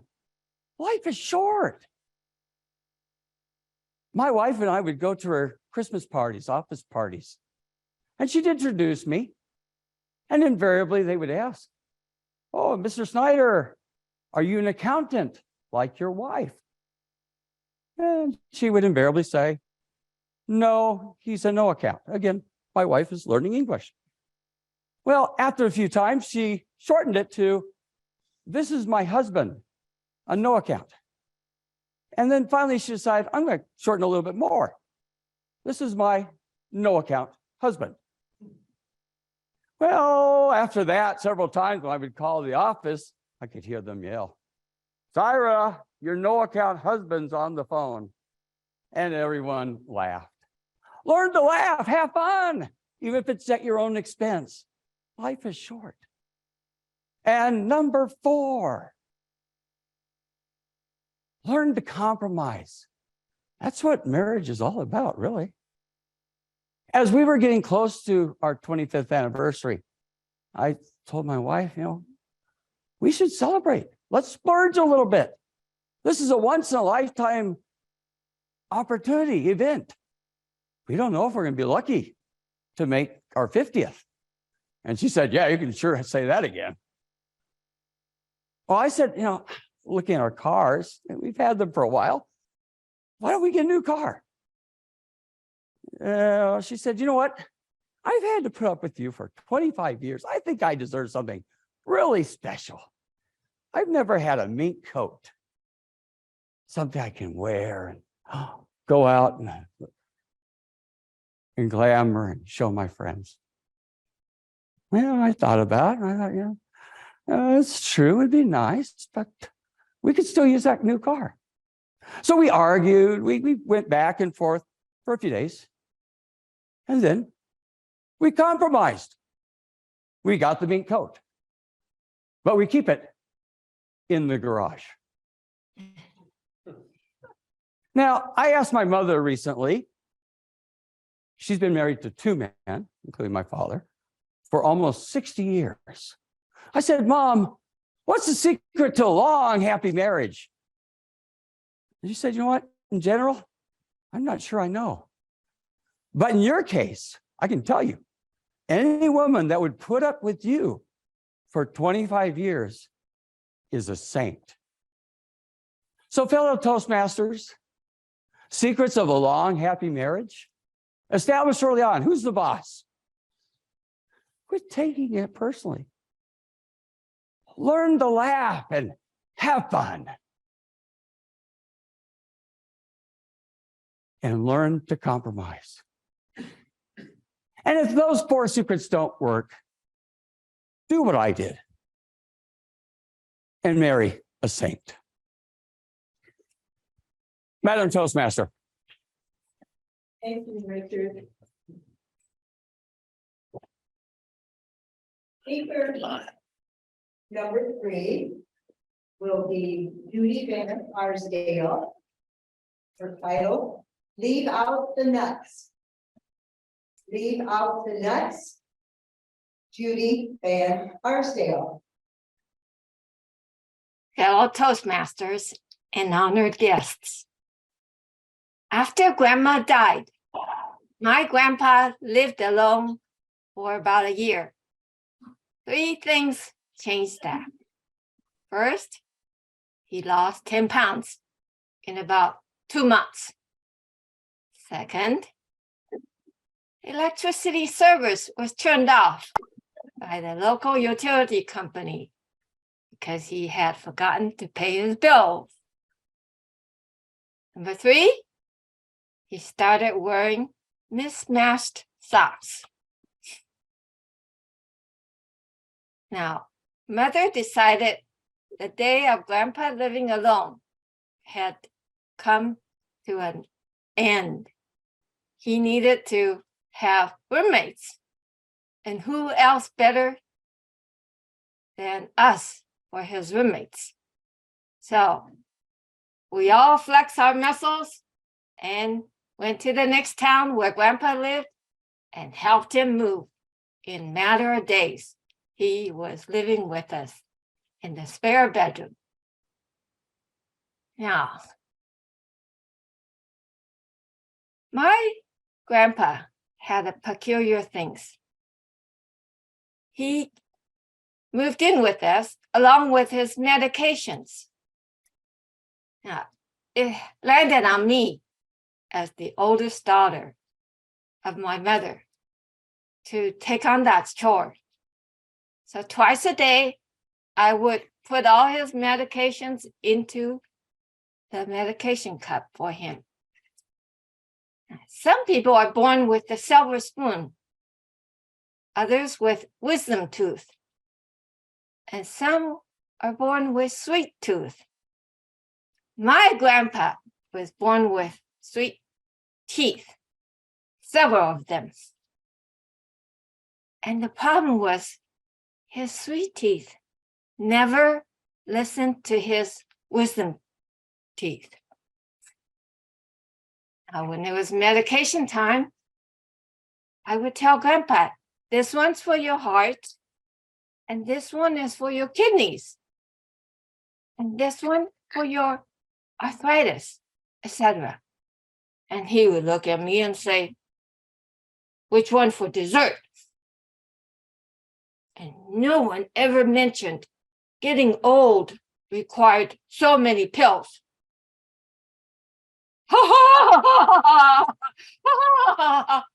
And I would look at him like,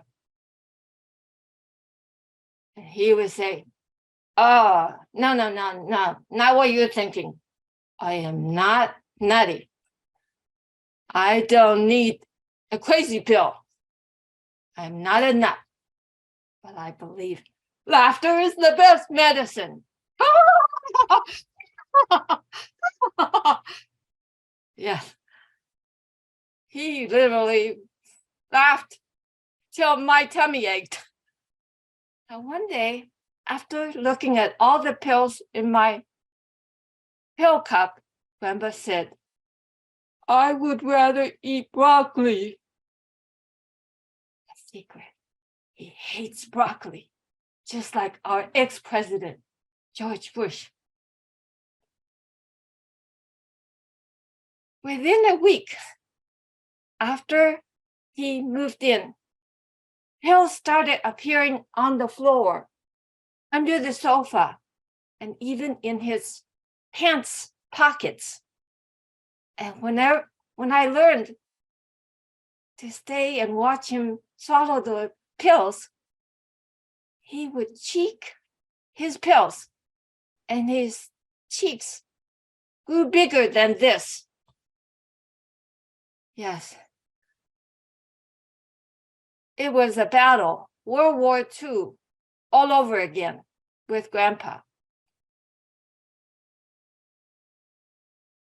Now, one day, I asked Mother,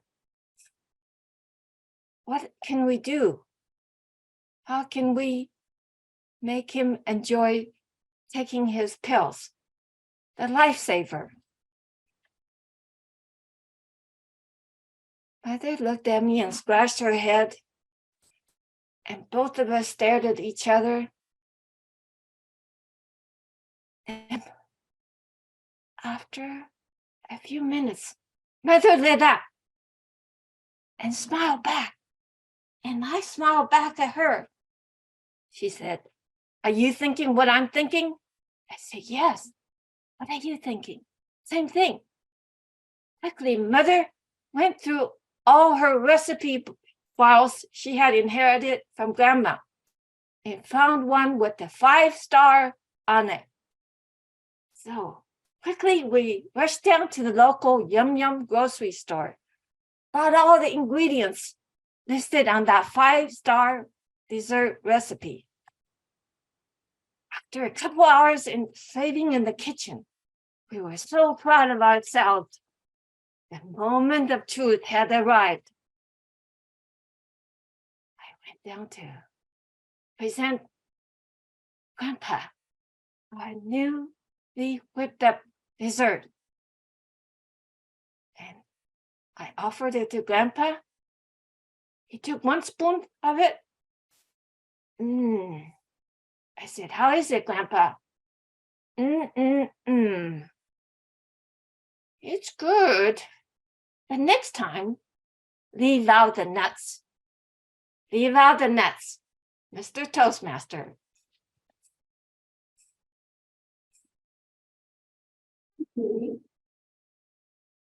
Our fourth speaker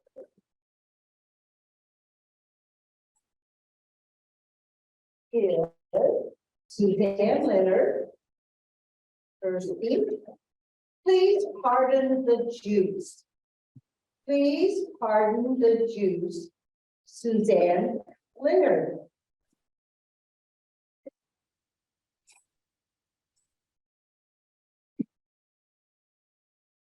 Thank you, Madam Toastmaster. Can you hear me? Great.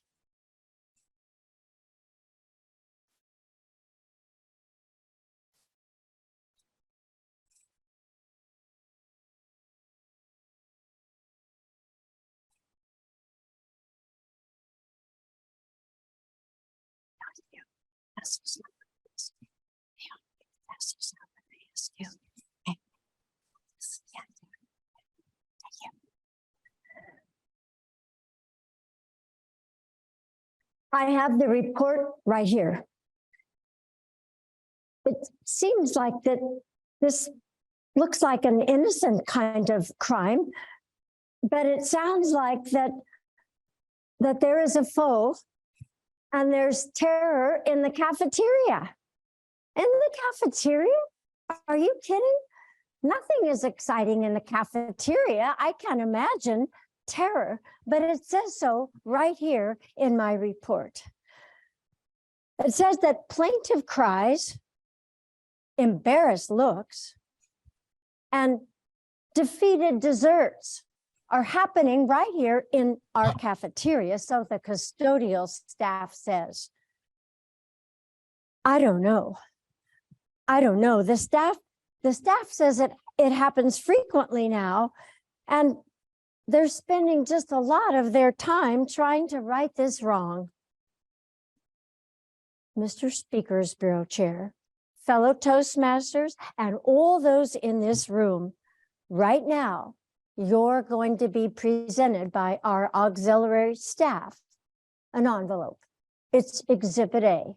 Please don't open it until everyone has it, because here's what's going on, I guess, from this report in our cafeteria. Well, I guess collectively we're going to figure out what happens, why it's happening, and of course, if it's terror in our cafeteria, what we can do about it. I mean, children have to eat. Most of us still agree on that, even though they're picky eaters, they still have to eat. So when everyone has theirs, how are we doing, auxiliary staff? Everyone have an envelope? Right here, Dan, envelope? John needs an envelope? Because in it, you not only have Exhibit A, fellow friends and Toastmasters, you have a problem. Yes, right here in our cafeteria, with a capital C that rhymes with T and it sounds like terror to me. All right, you have permission to open your envelope. Now, In your envelope, you have discovered something that is called affectionately a spork. It's a spork. It's what we give the children in our schools to eat with. Totally ineffective. But I didn't know that it had struck terror in our cafeteria already. Because you see the spork that you have in your hand? Apparently, now we didn't test it before we purchased it, which is many of us do. It doesn't do its job. It's not really a spoon. It's not really a fork. It can't scoop up anything and hold it for long. And it certainly can't bring any kind of meat to your mouth or main course. Because as you'll notice on this spork, it has teeny tiny tines, I think, which is part of the problem. Can't pick up anything. And the well that's supposed to hold the juice that's in the fruit cup apparently is getting on everything but into the mouth. So says the report. Which is why so many of the children are saying to the cafeterian staff as it drips down their front, trying to get to their mouth, please pardon the juice. Well, here's what's going on. We've done some research.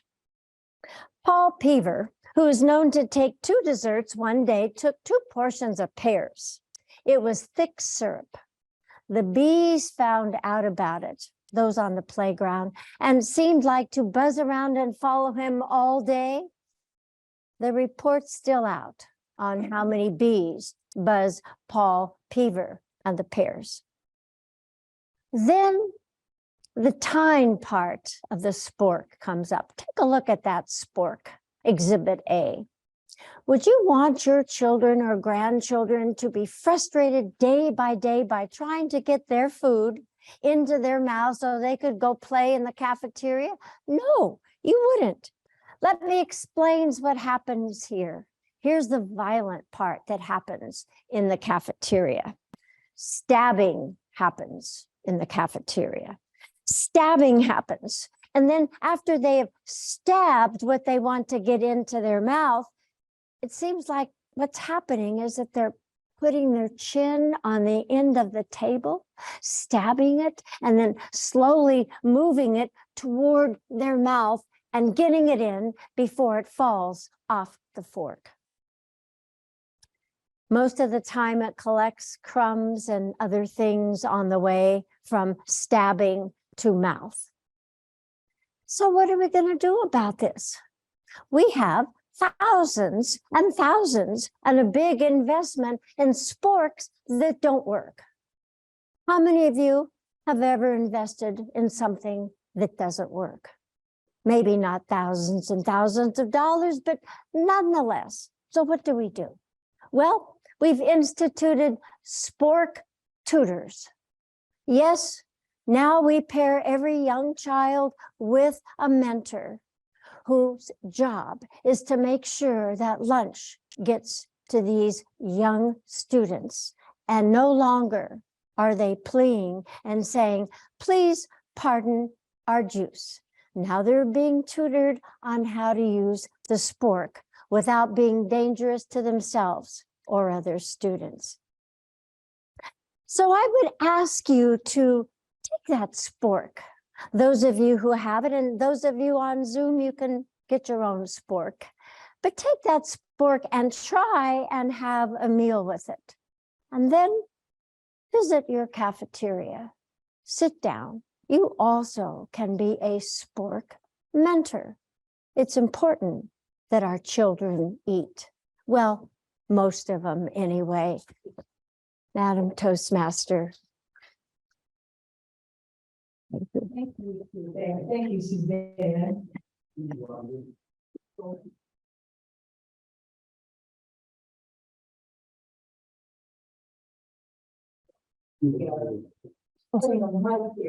Sorry. Outfitted for our fifth and final speakers. And that is Mr. David Erickson is titled The Reading Club. The Reading Club, David Erickson. How many of you, by a show of hands, have fond memories of junior high or middle school? How many of you have some not so fond memories of junior high or middle school? Ms. Contest Master, fellow Toastmasters, and welcome guests. I too have several memories, both good and bad, from those days. What I'm here to share with you tonight is one of my favorite memories from junior high. Back when I helped form the Reading Club with 3 other friends from our neighborhood. Now, we all attended the local junior high. We had our math, our science, our arithmetic, and reading, all that good stuff. But we thought there was more to the world, more for us to learn than just the subjects in school. So an opportunity hit. It was me, my friend Mike Stephenson, who lived about a block away, and John and David Thrailkill. They lived catty corner to us on our court. We were over at their house. We liked their house because their dad raised them. Mom was out of the picture. So we had a house to ourselves in the afternoon with no parents around. So one of the afternoons, John and David Thrailkill decided to show us something. They took us to their dad's room, took us to the closet, and lo and behold, this was the start of the Reading Club. I still remember that stack about this high: Penthouse, Playboy, Hustler, all of the best reading materials of the day in the late 70s or mid 70s. We decided at that point to form the Reading Club, and there were several rules that applied to Reading Club. Rule number 1 in Reading Club is you don't talk about the Reading Club. Rule number 2 in the Reading Club is you really don't talk about the Reading Club. Okay? Some other rules formed from this club before we even touched that stack of magazines that were like a sheath of gold looking at us. Rule number 1, everything must go back exactly the way it was. We must have the order correct of the magazines because we all believed in private property rights. We wanted Mr. Thrailkill to be very happy with his magazines and not know that we were there, of course. Rule number 2, only one person was going to touch the magazine and open it and do everything we need to do. We need to make sure we open the pages, no folds, no tears. And if there's any sort of centerfold to open for our amusement and for our learning pleasure, one person would do it to, again, keep everything pristine so we wouldn't ruin anything in that room. Well, Reading Club went along pretty well for about 3 or 4 weeks. About 3 days a week, we'd go over there and we'd have a blast. My friend Mike, he was the best at reading the stories. He would start reading one of the stories in the magazine and he'd emphasize just the right word or phrase. We'd be howling with laughter. We had a blast and we learned a lot too. So one day, Mike decided to forget the rules. You know that rule, don't talk about the Reading Club. Well, we're getting ready to go into the Reading Club. And my little brother's there, Doug, 3 years younger. And Mike says, oh, let Doug come along to the Reading Club. It's no big deal. I said, no, you don't want him to come along. He's a narc. In our family, my brother had a medical condition and we called it diarrhea of the mouth. So he basically, if he heard it, he was going to say it and repeat it to someone else. Well, Mike was like, oh, don't worry about it. Bring him along. We can have him come to the club. So we go in the room, open it up. Mike starts reading. We're roaring with laughter. My brother turns, runs out of the house and runs home. Like, oh, great. This is going to be fun when I get home. So we finished the Reading Club that day like we normally did. Come home, open the door. My mom is laying on the couch. My little brother with his sitting on the couch, sitting on the floor with his back to the couch like an angel with my mom. I wanted to go up to him and I wanted to wring his neck. I wanted to kill him. I didn't say a word. I just wanted to walk to my room quietly so nobody else would hear me I didn't want to say a word. My mom blurts out, oh, so you like looking at pictures of naked women? She said that to me. I didn't say a word. All I did was keep going and walk to my room. One unfortunate incident, though, is my brother shared that same room with me. So I had to put up with him in that room also. So one piece of advice I have for anybody that has a family is have a house big enough so each kid gets their own room. It makes life a lot easier in some ways. So I was embarrassed, but the reading club persisted. We just kept it quiet. Mike didn't open his mouth to anybody else at that point. And so it went along a little while longer. But see, Mike didn't have a problem with Doug because he didn't get embarrassed. It was only me. So now what goes around comes around. A few weeks later, Mike's gonna have a camp out in his backyard. We're gonna have a tent in the backyard, gonna have it set up. And of course, you know, it's so that we can go out and do stuff in the middle of the night. We were not bad kids, but you get into a little bit of mischief and a little bit of trouble. So what's he say? Let's let Doug come along. No. But as Mike's house, Doug came along. Well, we had a stealth mission that night, middle of the night. And I'm not proud of this, but I can tell you in junior high, you think pretty highly of something like this. We decided it was time to go pee on 3 doors, middle of the night. Mike peed on the Thrail Kills door. Doug peed on the Mitchell's door. I was next door with the Spanish-speaking people that we knew, and I just peed on that door. Everything went fine, went through the night, and everything was good till the next week. Go to school, and guess what Doug did? He let the Thrail Kill boys know exactly what happened. He told them how Mike had peed on their door. So then Saturday rolls around, his dad, the Thrail Kill's father, goes over to the Stephenson's house. Mrs. Stephenson has company that day. He said, knock, knock, knock. Well, Mrs. Stephenson, your son pissed on my door. I think you should clean it up in front of company and everything. She was horrified.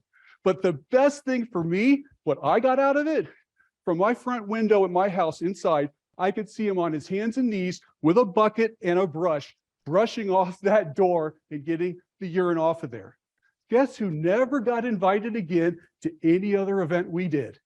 Not my brother. So now we're going to go back to 40, 45 years ago, and that question I never answered for my mom.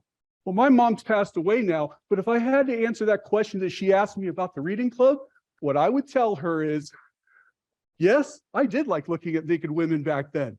Yes, I still like looking at naked women, and I probably will till the day I die, all brought about by the reading club. Ms. Contest Master.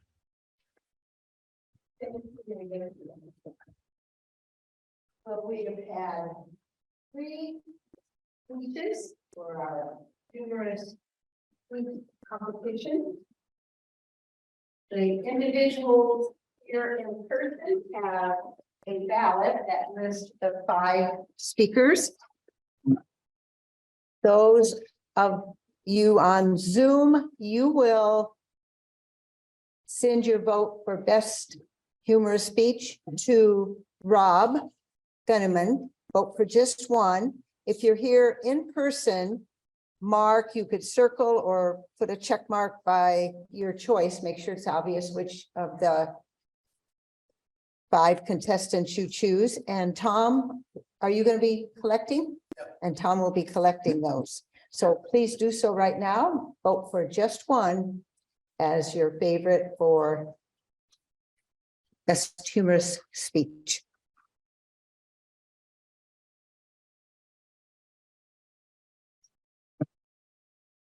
Raise your hand when you're ready to have your ballot collected.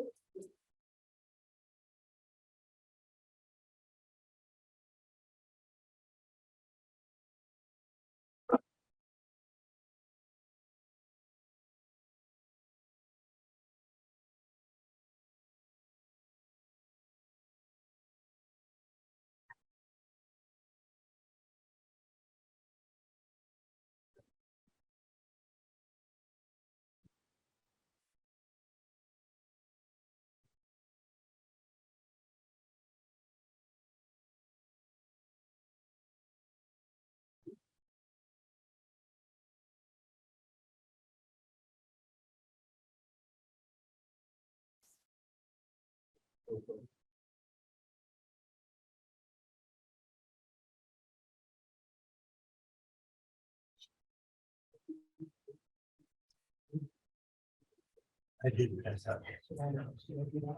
You can mention books. Oh, okay.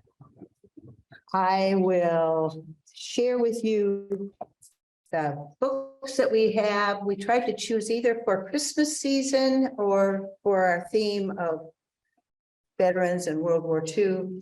So I'm going to display the books that will be available for the winning tickets. We have Tom Brokaw's The Greatest Generation.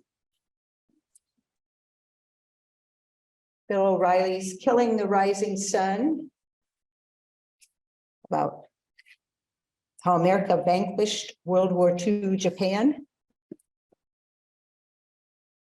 Tom Brokaw's An Album of Memories, Personal Histories from the Greatest Generation.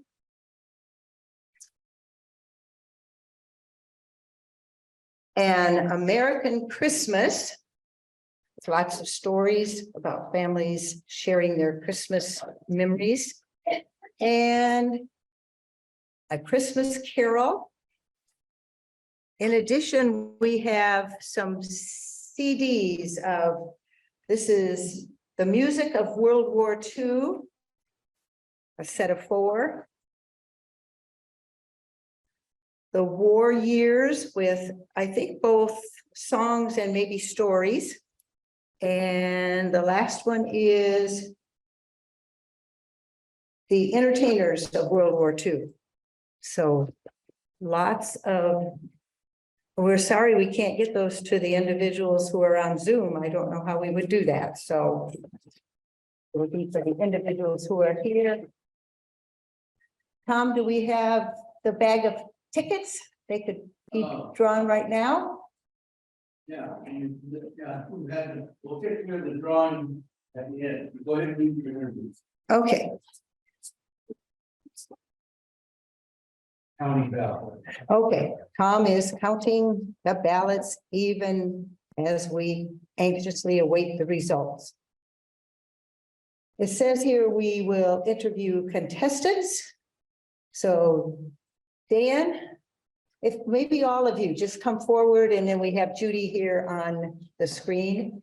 And instead of asking you which club and so forth, whatever you'd like to share in your 15 seconds of fame. So Dan, whatever you'd like to share with the audience, you're first. Well, hello, nice to be here. I've kind of come all the way to California from London just for this, and it was definitely worth it. Thank you, that was good. But it also, I'm staying over in Palm Springs, so that's kind of, you know, an additional perk to being here. It's really nice. But yeah, that's why I'm here. I'm a member of, is it 797? Yes. Yeah, that day morning. So yeah, happy to be here. Thank you. Thank you. And well, Richard, you're close here. I think this is a wonderful tribute to veterans. Thank you all for those who served. But we have another veteran, teacher veteran, been married close to 60 years.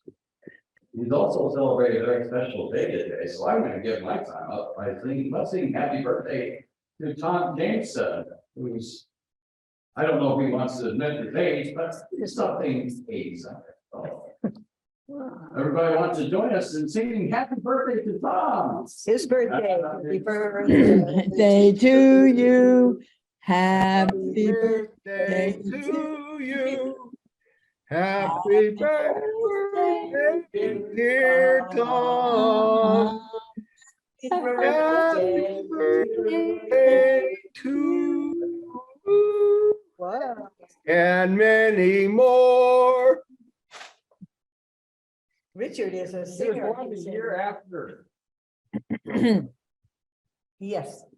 Thank you, Richard. Judy, you were third speaker. Do you want to make any comments about yourself, your speech, or anything else? It's up to you. It's been a pleasure to present in front of you all, and I look forward to presenting more speeches because it's my passion, and it's something that I enjoy doing to spread the good tidings, including Christmas and health and happiness to all of you. I like that Christmas. Thank you. And we wish the same to you, Judy. Suzanne? Yes. Words from you? Thank you. Well, it was fun, and I learned a lot. My dad wasn't active in the service, and didn't have anyone really involved, but he worked at Lockheed Aircraft and build followers. So just hearing about what everybody else was doing was really interesting. Thanks, Suzanne. And last but not least, our last speaker, Thank you. David. First of all, thank you for having me tonight. I saw it in the Speakers Bureau newsletter, and I said, wow, humorous speech, this is an opportunity. About 10, 12 years ago, I gave this speech at an area of humor contest out in the desert. I was at Coachella Valley Toastmasters Club back then, years ago, and I won, but I had to go on a business trip, and I couldn't do it at the division level. So I was like, oh man, I got ripped off. Win tonight. I'm happy that I got to come back and I got to give that speech again and do it better than I did the first time. So I'm happy to be here. Thank you for that. Thank you. Tom, do we have any big news to share yet? We have results. We have results. Right? See, we're not like, some of those states that are still counting. Of course, I came from Chicago and we had it easier there because you got to vote a lot of times, Can we get Vote a early picture and of vote everybody? often. He actually said the words, I heard him say the words, vote early and vote often. There you go. Oh, it's Chicago, that explains it. Okay, we'll celebrate and we had a good tight race for who's going to walk away with trophies. Number 2 is Richard Snyder. And this will have a plate We have to made get a for measurement it. on the plate, so we'll get exact measurements on that. Thank you. And number 1. Ta-da, Dan McGill. And this time, we don't save it for you. We can send you the plate. We'll Take it yourself. We need a picture of both of them here. Oh, they want a Picture. photo. Oh, yeah. Picture. Like out in the middle, we get Picture. all the speakers in one picture. Man, picture. Okay. Congratulations. Thank you. Congratulations. All right. Congratulations to all of our contestants. Oh, okay. Thank you for that. Maybe I don't know where. Yeah, Wherever you think I'll the best eliminate place the is. 4 of you and then I'm gonna speak. Okay, is Oh. Connie out here too? Okay. Smile and look this way, Tom. Birthday boy. Birthday boy. All right, and then we're gonna let it. Oh, yep. Come on. Oh, we're getting. Okay. You want just the contestants or No, everybody? Okay. oh, Judy. Oh, you guys gotta come this way. Oh, Judy, yes, we gotta get Yeah, you. Oh, Oh, she's above us. Sorry, so just getting a quick photo for the district. I don't think I should be there. I wasn't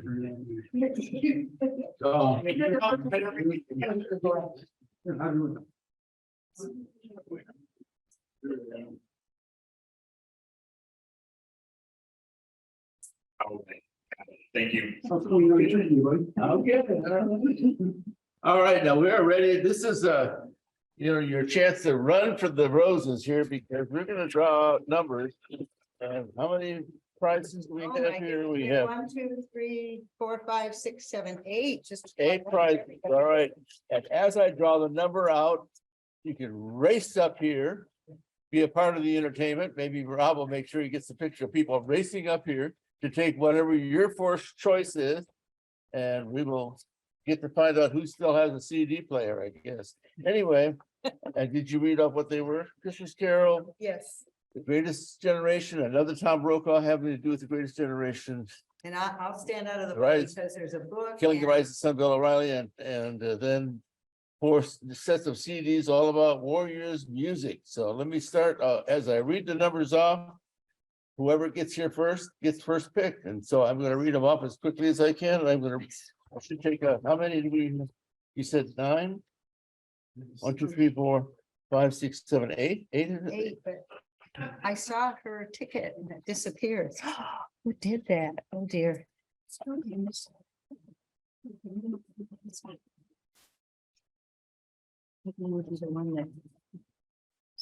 Lose her ticket? Yeah.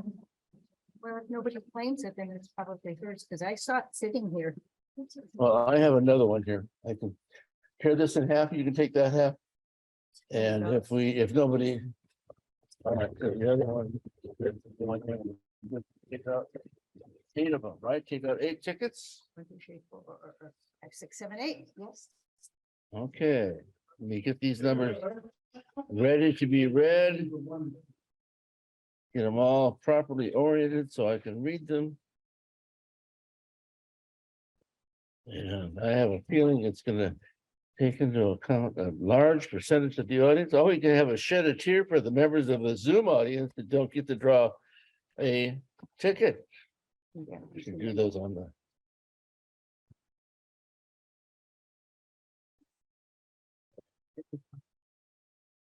All right, as I read them off, and that'll be the official culmination of this meeting, is we read off the tickets and everybody be rushing all over here. So thank you all for being here. We will see you on January the 4th for the big program with Dominique on evaluations and also the Tall Tales. So if you need some help on Tall Tales, Connie and I have been doing Tall Tales. Well, ever since I asked her to marry me, I gave her Tall Tales about how good I was. And anyway, I will read the numbers off and we will see you on January the 4th. And the first number I will read is, and I can just have to read the last 4 numbers. So that is 2020, 2022, 2016, 2010, 2014, 2019, 2011, and 2015. And I will read those again. Christmas Carol. Christmas Carol. We'll just trust you for it. 2020, 2022, 2016, 2010, 2015, 2011, 2019, and 2014. John, that was the one I wanted. No, I'm just kidding. Now, be nice. Campus watching. Yeah, this will be good. We'll take this one. Well, I didn't need the Christmas Carol. I have one at home. Matter of fact, I almost didn't make it here tonight. Good to see you. I had to go to urgent care. I got my Christmas Carol on my toe. Hurt like a dickens.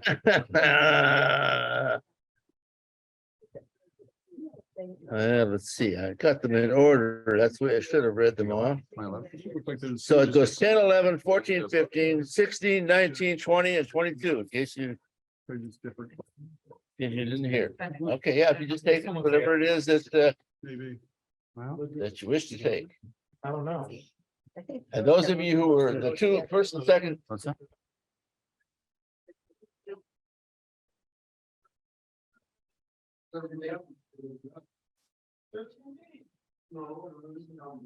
Hi, everybody. See you guys. I'll show you. Do you know where you park?